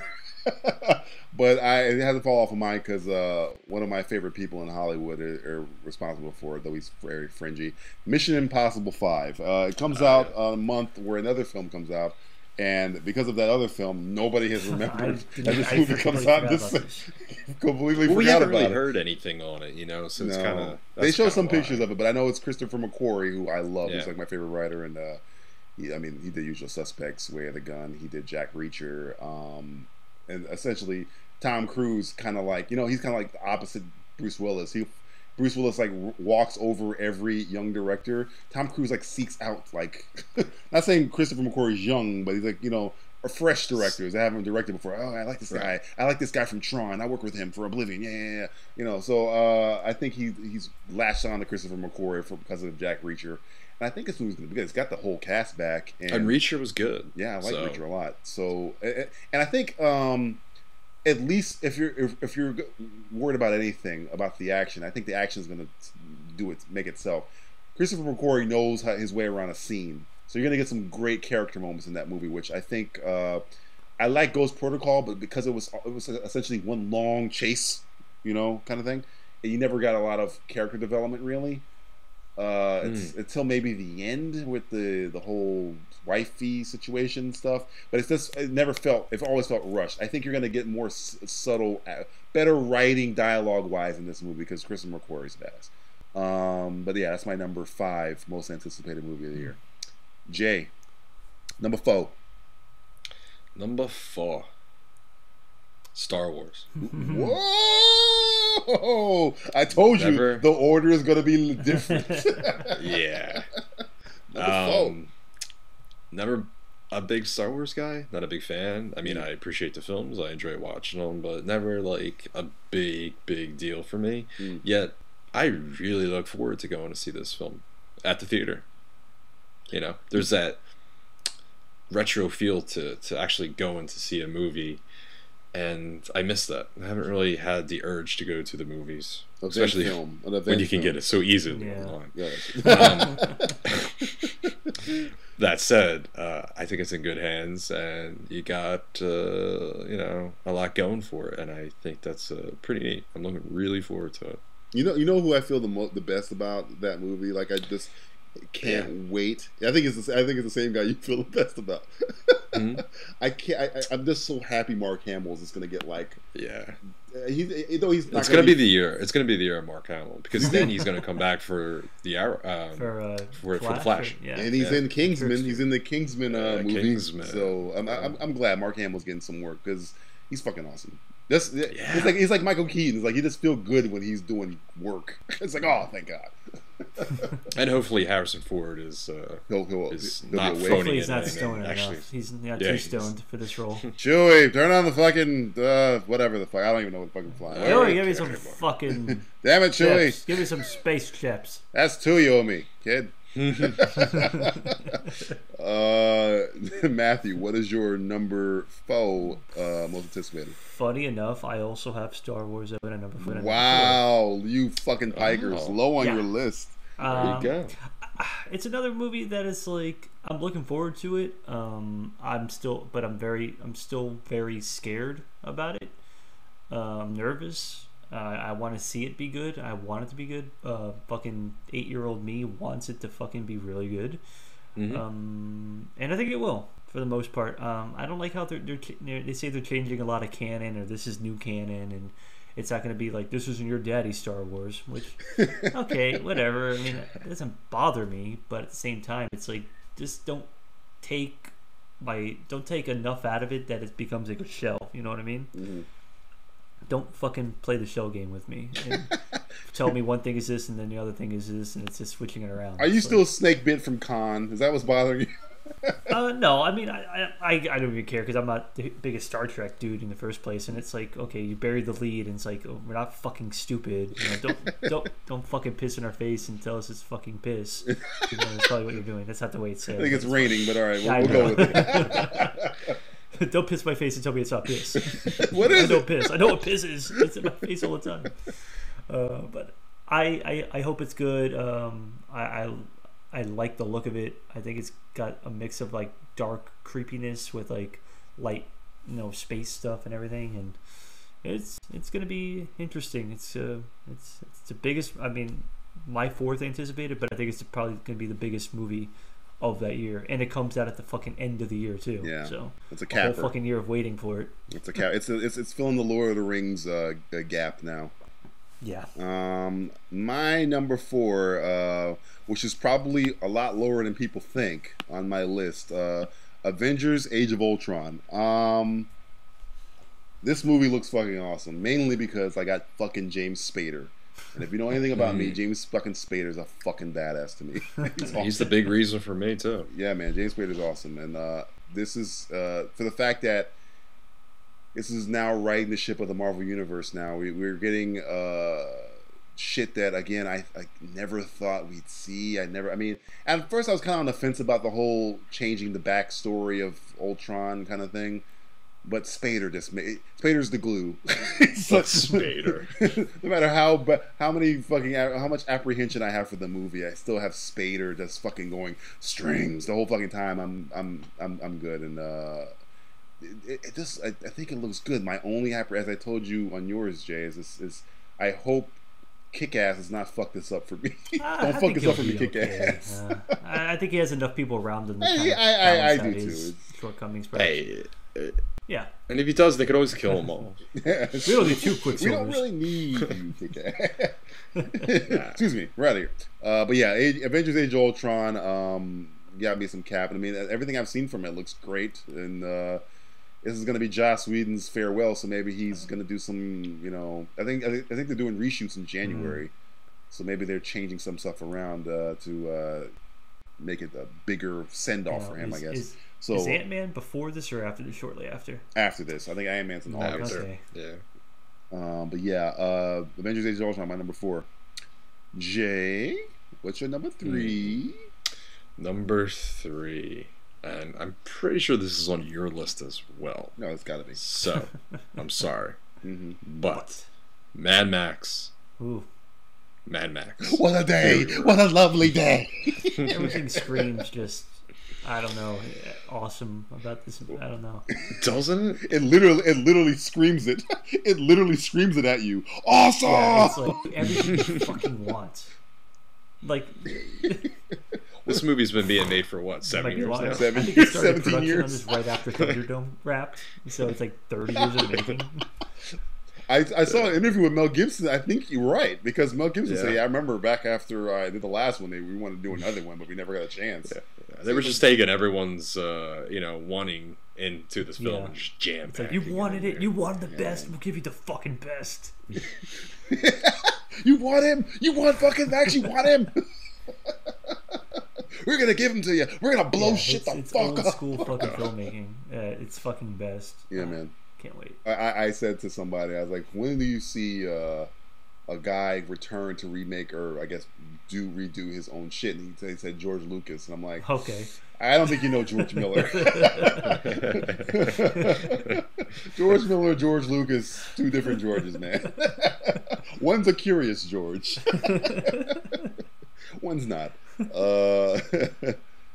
Matthew, what is your number 3? I'm putting Avengers 2, number 3, right now. So a little higher. Still, I think it's going to be... Matt has Avengers higher than me. Who could have imagined that? I like all the mystery behind it.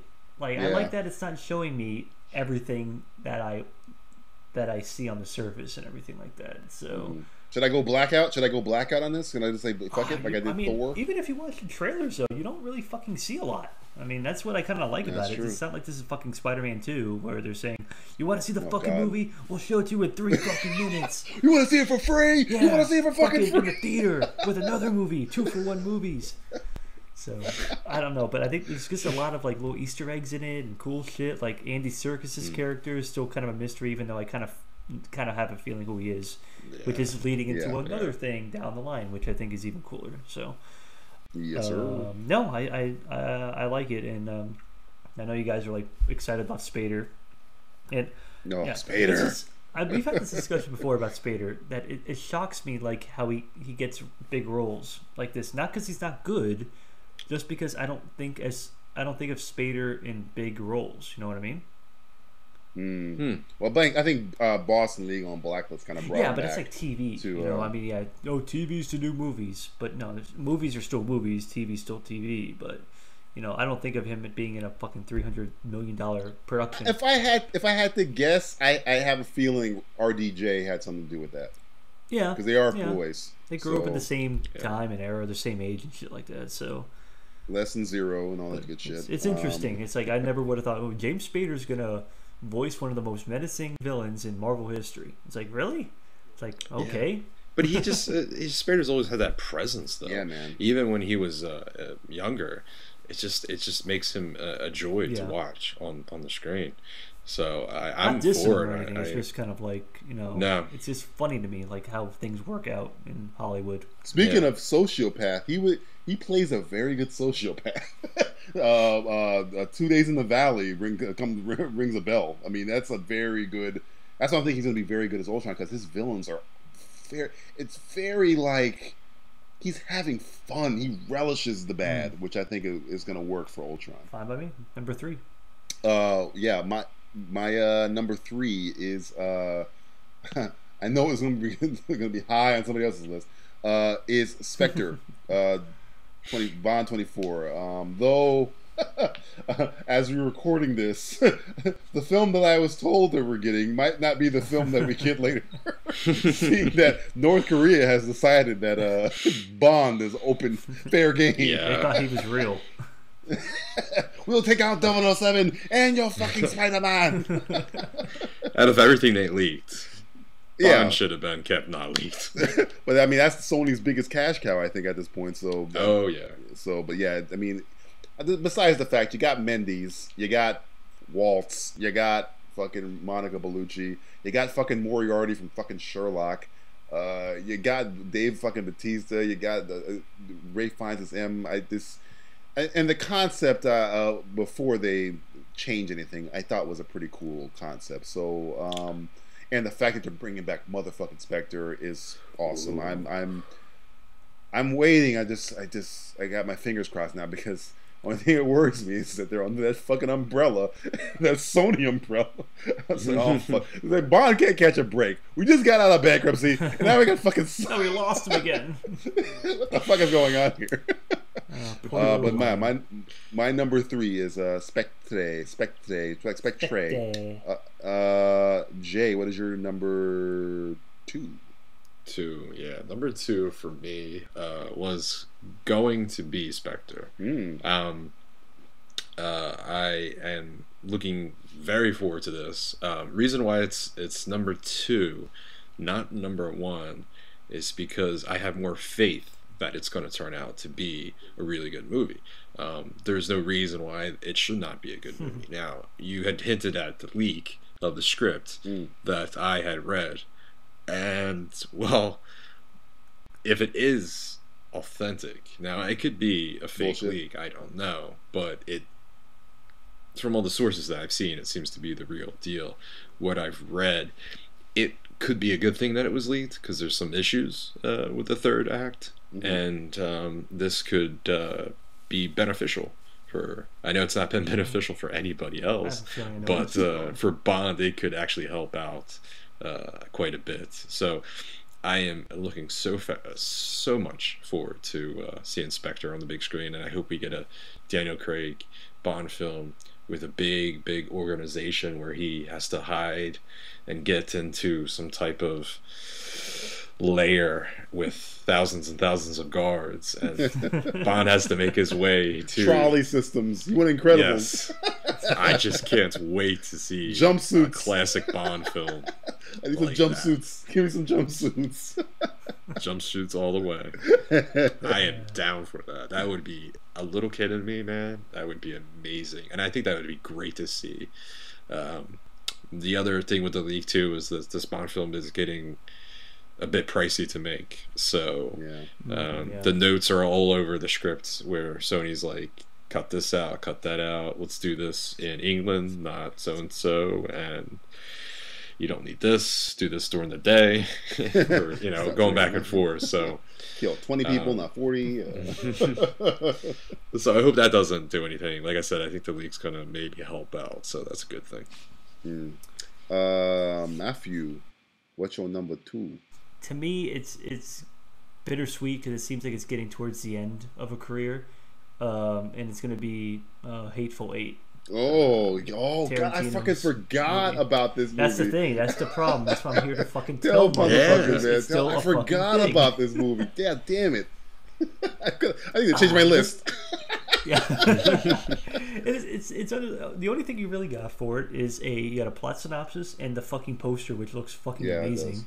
A fucking a chuck wagon with blood running behind it. That's fucking so awesome to look at something like that. It's amazing.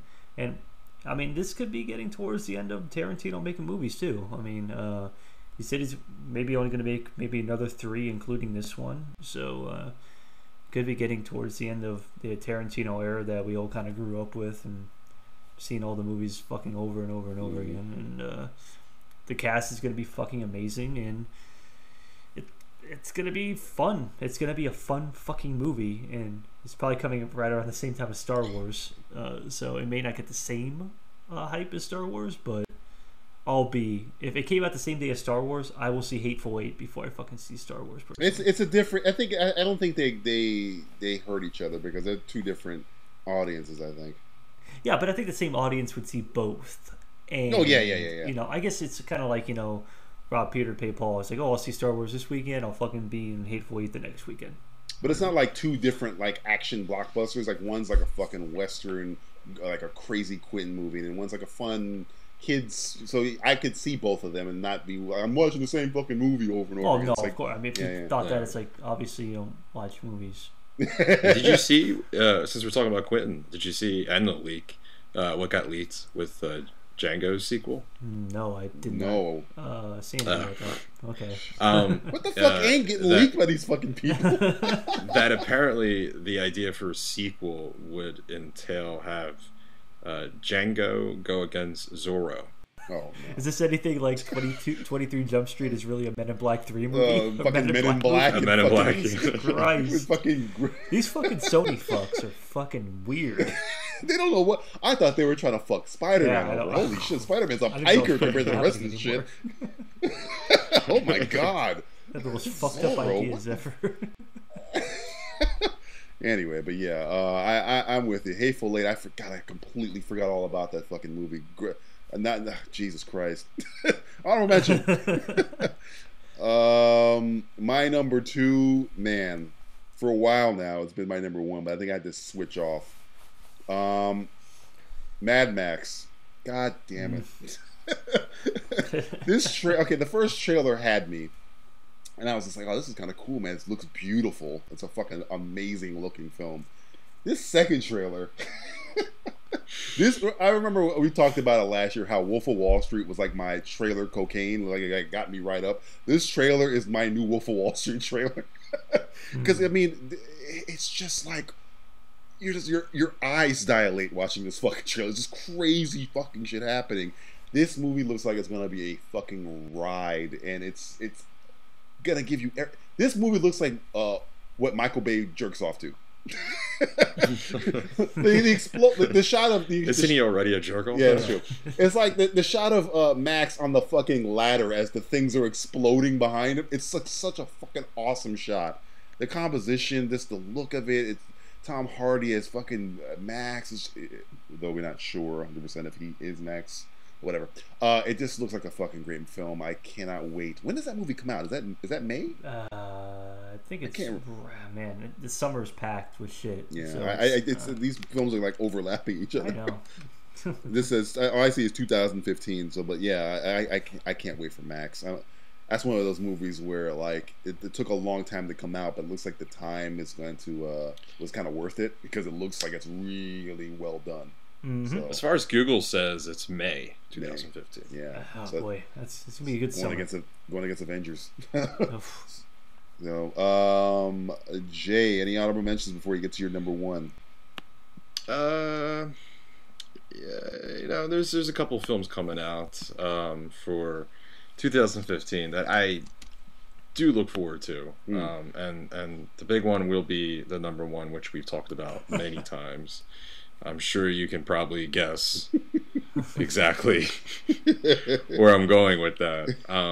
But there's a couple little things that I wanted to touch base on regarding. Definitely not. I was gonna make this. Okay, I was gonna make this like a joke, but it's not gonna happen. Don't do it. Don't fucking do it. Apart. Mall Cop 2. Why does that exist? Fear 7. Which is that the official name? I think so. I don't even remember at this point. I don't even. Jurassic World, which don't know why that's even being made. Just like Terminator. Yeah. At least Jurassic looks better than Terminator. But joking aside, the only thing I was really looking forward to see would be Mission Impossible that DJ had brought up, and The Kingsman also. Yeah, DJ had brought up. Yeah, that was on my radar too. It looks like Avengers though, which kind of scares me. It's kind of got that kick-ass vibe to it though. It's got a kick-ass Avengers vibe to it. With like, I mean, I don't want fucking Samuel Jackson to play the same character as fucking Sean Connery. No. Yeah, but I mean, that's what it kind of reminds me of though. And look how big. I mean, Kick-Ass 2 left such a sour taste in my mouth that I really look forward to like going back to that. But hopefully, we can get something that's really cool. And it looks really cool trailer-wise. Actually, it looks really neat. And I think that's going to be really fun to watch. I also look forward to finally seeing Arrow and Flash come back, because we had that fucking mid-season finale, which is the absolute worst. But my number one movie to look forward to is gonna be Batman versus Superman. Wait a minute. Is that 2015? No, it's not. It's 2016. No, it's 2016. To see how you feel at the end of next year. You bring this up again. You're gonna be like, wait a minute, where the fuck was it? I waited all year. I can't believe though it is 2016, because it just doesn't it seem like it should be coming out sooner? No. Okay. Do you think they're gonna go against Avengers? Are you that... crazy? They'll never go against Avengers ever. They won't go against Cap. They go against Avengers. Why not? Why not? They're pussies. They're bitch made, man. They follow. They don't lead. Oh, God. Well, all right. So number one, looking forward to, is gonna have to be Hot Tub Time Machine. Oh God! Just naming dumb movies. Why Hot Tub Time Machine, Jay? Yeah, tell us. Because there hasn't been a funny movie in a long time. Okay, fair enough. Have you seen Gone Girl? It's absolutely hilarious. Probably 2014. Gone Girl. It's been so dark lately. There hasn't been anything really to look forward to that actually isn't as dark. It's all action or murder. And we haven't really had a comedy in a long time that I really look forward to going to the movies and laugh. There's something special about having popcorn and laughing at the movies. I've not seen that, and I don't know if we'll get it with this, but at the same time, there really isn't anything else coming out that I'm familiar I'm sure with. There's like 4 Kevin Hart movies coming out next year. It's fine. There is one coming out with Will Ferrell, I believe. It's Kevin Hart. Get Hard. Yeah. It's like... But nah, I if anything, I really did enjoy the first Hot Tub Time Machine. So if anything, this might be. I'm trying to fit in like a little curveball there, you know. But I mean, I like the. I like R-rated comedy. It's cool with me. Yeah. I worry that John Cusack was like, no, I'm good. Well, he's John Cusack. I mean, John Cusack has done some shitty movies, so if he's telling me, yeah, I'm good. Well, and also, I think, his problem, and he's always been that way, my favorite movie of his is also the movie he's hated the most, and I think it's this ego thing with him, and I think it still stays with him, even though he's kind of, matured and doesn't necessarily see it, so not having him in it, I don't think it's going to hurt it that much. But maybe it will make it even a little bit better. Honorable mention also would be The Man from U.N.C.L.E. Is that this year? Still a Next thing? year? God, I forgot about that. That's 2015. Yeah, that's Guy Ritchie. I haven't seen shit from that other than like a set photo. Yeah, I kind of was looking forward to it because it is set in the 60s. And it is Henry Cavill. Henry Cavill. Not a fan of Hammer. But Hugh Grant's in it, and Jared Harris is in it as well. Oh yeah, so, and it's being directed by Guy Ritchie, which so if that comes, I mean, show me something movie. I mean, Kingsman's beating you to the punch, Man from U.N.C.L.E. Yeah. Mm-hmm. But Matthew. Honorable mention before your number one. I'm really on that. Well, Justin mentioned Kingsman. I kind of had that in my top 5 and kind of moved it out. But that should be fun, I hope. And In the Heart of the Sea, like the Moby Dick movie. I think it looks pretty cool. I mean, it's got Thor in it, playing Thor again. I'll stop this whale. Stop the whale with my hammer. It's like, no, that's a harpoon. My harpoon. Hammer. It's fucking Neymar all of a sudden, or fucking Aquaman all of a sudden. Yeah, fighting Aquaman. The wrong universe. But it's Ron Howard, and Ron Howard hasn't really directed anything in a while, so I think he could pull it off fairly well. It looks exciting. I mean, I like a good ship movie at sea and stuff like that. And it looks, I like how that looks. It's got a pretty decent looking cast too. It's got Cillian Murphy's in it too, and a few other good movies are in it too. Or good actors are in it.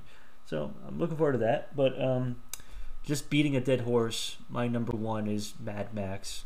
Max. I mean, from the moment we saw the fucking trailer, it was like, yep, that's fucking. I need something that's gonna fucking just blow me away and show me fucked up I want a good post-apocalyptic movie. We don't see that shit anymore. You don't see good post-apocalyptic movies, and don't get me started on fucking Interstellar. Oh, it's a post-apocalyptic. No, that's post-stupid people. What about Elysium? No, sorry. No. I mean, I could also see Chappie as another honorable mention. I think that one it has potential to be kind of interesting and hopefully make up for. Even Elysium wasn't a bad movie. It just wasn't a good movie. It was a gray area movie. Yeah, it was. Just it was there. It was there. I did the Mad Max trailer when I'm watching it. I'm just watching it. This picturing Matt with a thumb of approval. And with my fucking thumb up my ass the whole time. I'm pleasuring myself. This is how we do it in the apocalypse. Thumbs Here they up come ass. again. No, it's just it looks the fucking guy with the mask looks fucking badass and fucking fucking Beast looks fucking cool. Yeah. I guess like maniacs on screen. Just show me some fucking maniacs. And it's I mean, from the shots I've seen, this is I gotta look up who the cinematographer is. This movie looks beautiful. It looks beautiful. Like, oh my god, like I haven't seen a desert shot like that in a while, man. The fucking sets look cool. Like, it just looks insane. Like, they're worshipping a fucking pile of fucking steering wheels. Who the fuck does that? Crazy fuckers. Yeah, worth the wait, indeed. Yes, Jesus, yes. Crazy fucking motherfuckers. So yeah, that's my number one. Number one. I guess I gotta say Hateful fucking Eight because I fucking completely forgot about the goddamn movie. I'm so angry at myself for forgetting that fucking movie. The movie looks. Oh my god, what's wrong with me? A movie that nobody's really mentioned that I think the trailer got me. There's two movies that the trailer kind of got me. Tomorrowland, which I thought nothing of this movie, and then I saw the trailer and I was like, Hugh Laurie and George Clooney. I think, and it's Brad Bird. So I really love Brad Bird. So that movie I'm waiting for. And for some reason the trailer got me. I'm really interested in this Pan movie. I don't know what it is. Really? Wow. I don't know. Maybe this is a very good trailer. The movie's probably ass, but the trailer really sold me on it just because Hugh Jackman's doing crazy shit.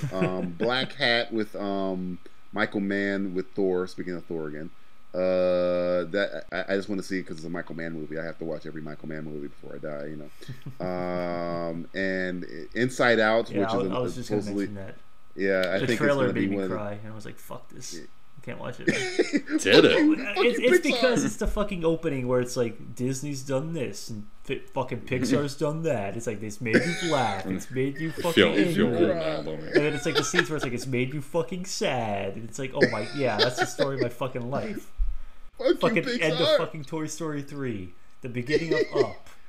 The beginning of Up, which is like fucking like hospice. It's the most the saddest thing you've ever seen in your life. End of Monsters Inc. It's like fucking hell. Okay, you got me. God damn you! Didn't even get to the fucking movie. Fucking got me already. Oh, by the way, we got this movie called Inside Out. Yeah, by the way, that's a trailer. But yeah, Chappie as well. But my number one movie. I mean, it's because the 8-year-old kid in me. I rectified this. They took my 8-year-old. I mean, all I've been having happen to me for the last 15-20 years is my childhood being fucking raped in front of me. Okay, destroyed. When was the first time it was raped? I think it was Phantom Menace. That fucking hurt. Well, it's 15 years ago. Yeah, that fucking hurt. You raped for half your life. I was so fucking happy. And there's movies dedicated on how much that movie hurt people. Star Wars is like one of the first fucking. It's Star Wars and Indiana Jones, one of the first fucking movies where I like, this is a fucking movie and I'm fucking watching this fucking movie. And J.J. Abrams, I guess, right, like a little bit older than me. I can just tell he has the same kind of. Just listening to interviews with him, he has the same kind of love for this universe as I did, and he's doing it the way I want. Practical shit. Practical effects, green screen as an assist, not a fucking world. You know what I'm saying? Stuff like that. And he has great talent. I just want to see Luke Skywalker with the fucking Obi-Wan Kenobi beard, with the fucking getting his. I just want to. If I see Han Solo call Luke Skywalker kid, even with a fucking beard, you've made my fucking year. So Star Wars Force Awakens, the only thing that makes me trippy about that is I don't know how you guys feel about the title. I'm not a big. It's just but generic. All the Star Wars titles are kind of goofy, which we've established. The Force Awakens when they go to sleep. Who the fuck woke it up? Wake up! Probably that black stormtrooper woke him up. Asshole.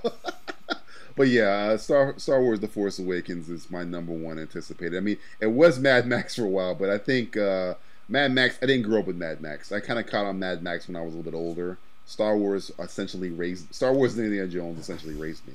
So, if this movie is just fixes the gaping gunshot wound that is the prequels, I'll be fucking happy. So yeah, those are our most anticipated. Matthew, you want to give everybody our information? Yes, we're gonna do every film ever made. Forward to every movie next year. Every movie ever made next year. Big year. But you notice we're all looking forward to something. Yes. You know, if it's DJ's looking forward to relive his childhood, please. You know, Matt's looking forward to seeing some action. I don't even know what the fuck I'm looking forward to. Depravity. You're looking forward. Yeah, you're looking forward to some good action. I was really looking forward to some fucking really designed, beautifully. And we saw that, and me, I just want to fucking laugh because I'm so disappointed. Just need to laugh. Gotta get Dustin laughing again. Oh boy. Well, okay, Matthew, give everybody our information. Oh, for the end of the year. The last time you get to say this. Fucking information in 2014. All right, well, we're still Simplistic Reviews, so you can find on our main site, simplisticreviews.net, or if you still want to be redirected, simplisticreviews.blogspot.com if you're more comfortable with the com and not the net. We're at Facebook, facebook.com/Simplistic Reviews. We're on YouTube, youtube.com/SimplisticReviews1. We're on Twitter, at Simple Tweeters. That's our Twitter handle. Or you can at Trying to Be DJV or at Cheez It Man. We're all kind of like one unit. So if you go to any one of our Twitter feeds, we're usually talking shit or trolling other people on Twitter. I never troll. I know you don't. They troll you. You're the one getting trolled. I'm the troller. I'm a trollee. We'll have to update it, our Letterboxd. We'll have to do a top up these lists to Letterboxd, or we can add our list individually to Letterboxd. Letterboxd.com. Look for, I think it's still SR Blogspot or Simplistic Reviews. Look for Simplistic Reviews app. You can download our app, use it for your browser, for your Android device, however you want to do that. Download our podcast on YouTube. Not YouTube. Well, you can download it on iTunes, so you can listen to it in your little iPod or iPad or however you listen to podcasts. Am I missing anything? I think you might have got everything. That's fucking it. So thanks, guys. Good 2014. Yeah, good man, stuff, year, bad stuff this year, but we got through it. So. Got through it. I made it through fucking Spider-Man. Fucking made it. But I wouldn't want to do the fucking podcast with anybody else. So it's. Oh, thank God. Nobody else would fucking want to do a podcast with me, so I had to find these two. I don't want to have any more. I don't want to have any more tryouts. Tryouts. Practice. We're gonna have tryouts. Talk about practice. Talk about podcast. Podcast. Podcast. Talk about podcast. Radio. Talk about radio. Radio's new and hip. The kids are listening to the radio. So for Mad Max and Spectre, I am, I guess BB-8. Is that the name of that fucking ball droid? I don't know. Yeah, something with BB-10. BB-15. I'm the Black Stormtrooper. Happy 2020. Happy New Year, everybody. Happy New Year. I'm the Black Stormtrooper. Get him out of here. Get him out of the desert. Who let you in here? God damn it. Who put him in that white suit? Sorry for white people. Or Samoans. Or Samoans? Well, it's Jango Fett, Samoan. He ain't Samoan, is he? I thought he was from New Zealand. Well, it's close enough. He's a Kiwi. Another great year has passed. Another great year to come. Simplistic Reviews. We take pride in representing the id of entertainment. I guess that would make me the ego. And those three nitwits, the superego. Well, if you knew anything about Freud, you know you just gave us a compliment, saying that the superego is the more ethical, moral part, and the ego... Oh, off Kid College. Hey, whoa! Why don't you discover the theory of everything elsewhere? Jeez, Julie, the ball's dropping, and you're just trying to put the dick in Dick Clark. Doesn't that just make me Ryan Seacrest? What? Did I rush that one? Nah, I'm just surprised you didn't take a dig at Carson Daly. Oh, Carson Daly. Yeah, that would have been better. That's not what I... Carson Duschnothel is way Right. more closeted than Seacrest. Yeah, I've seen Seacrest with plenty of hot women. And Tom Cruise as a kid. What's your point?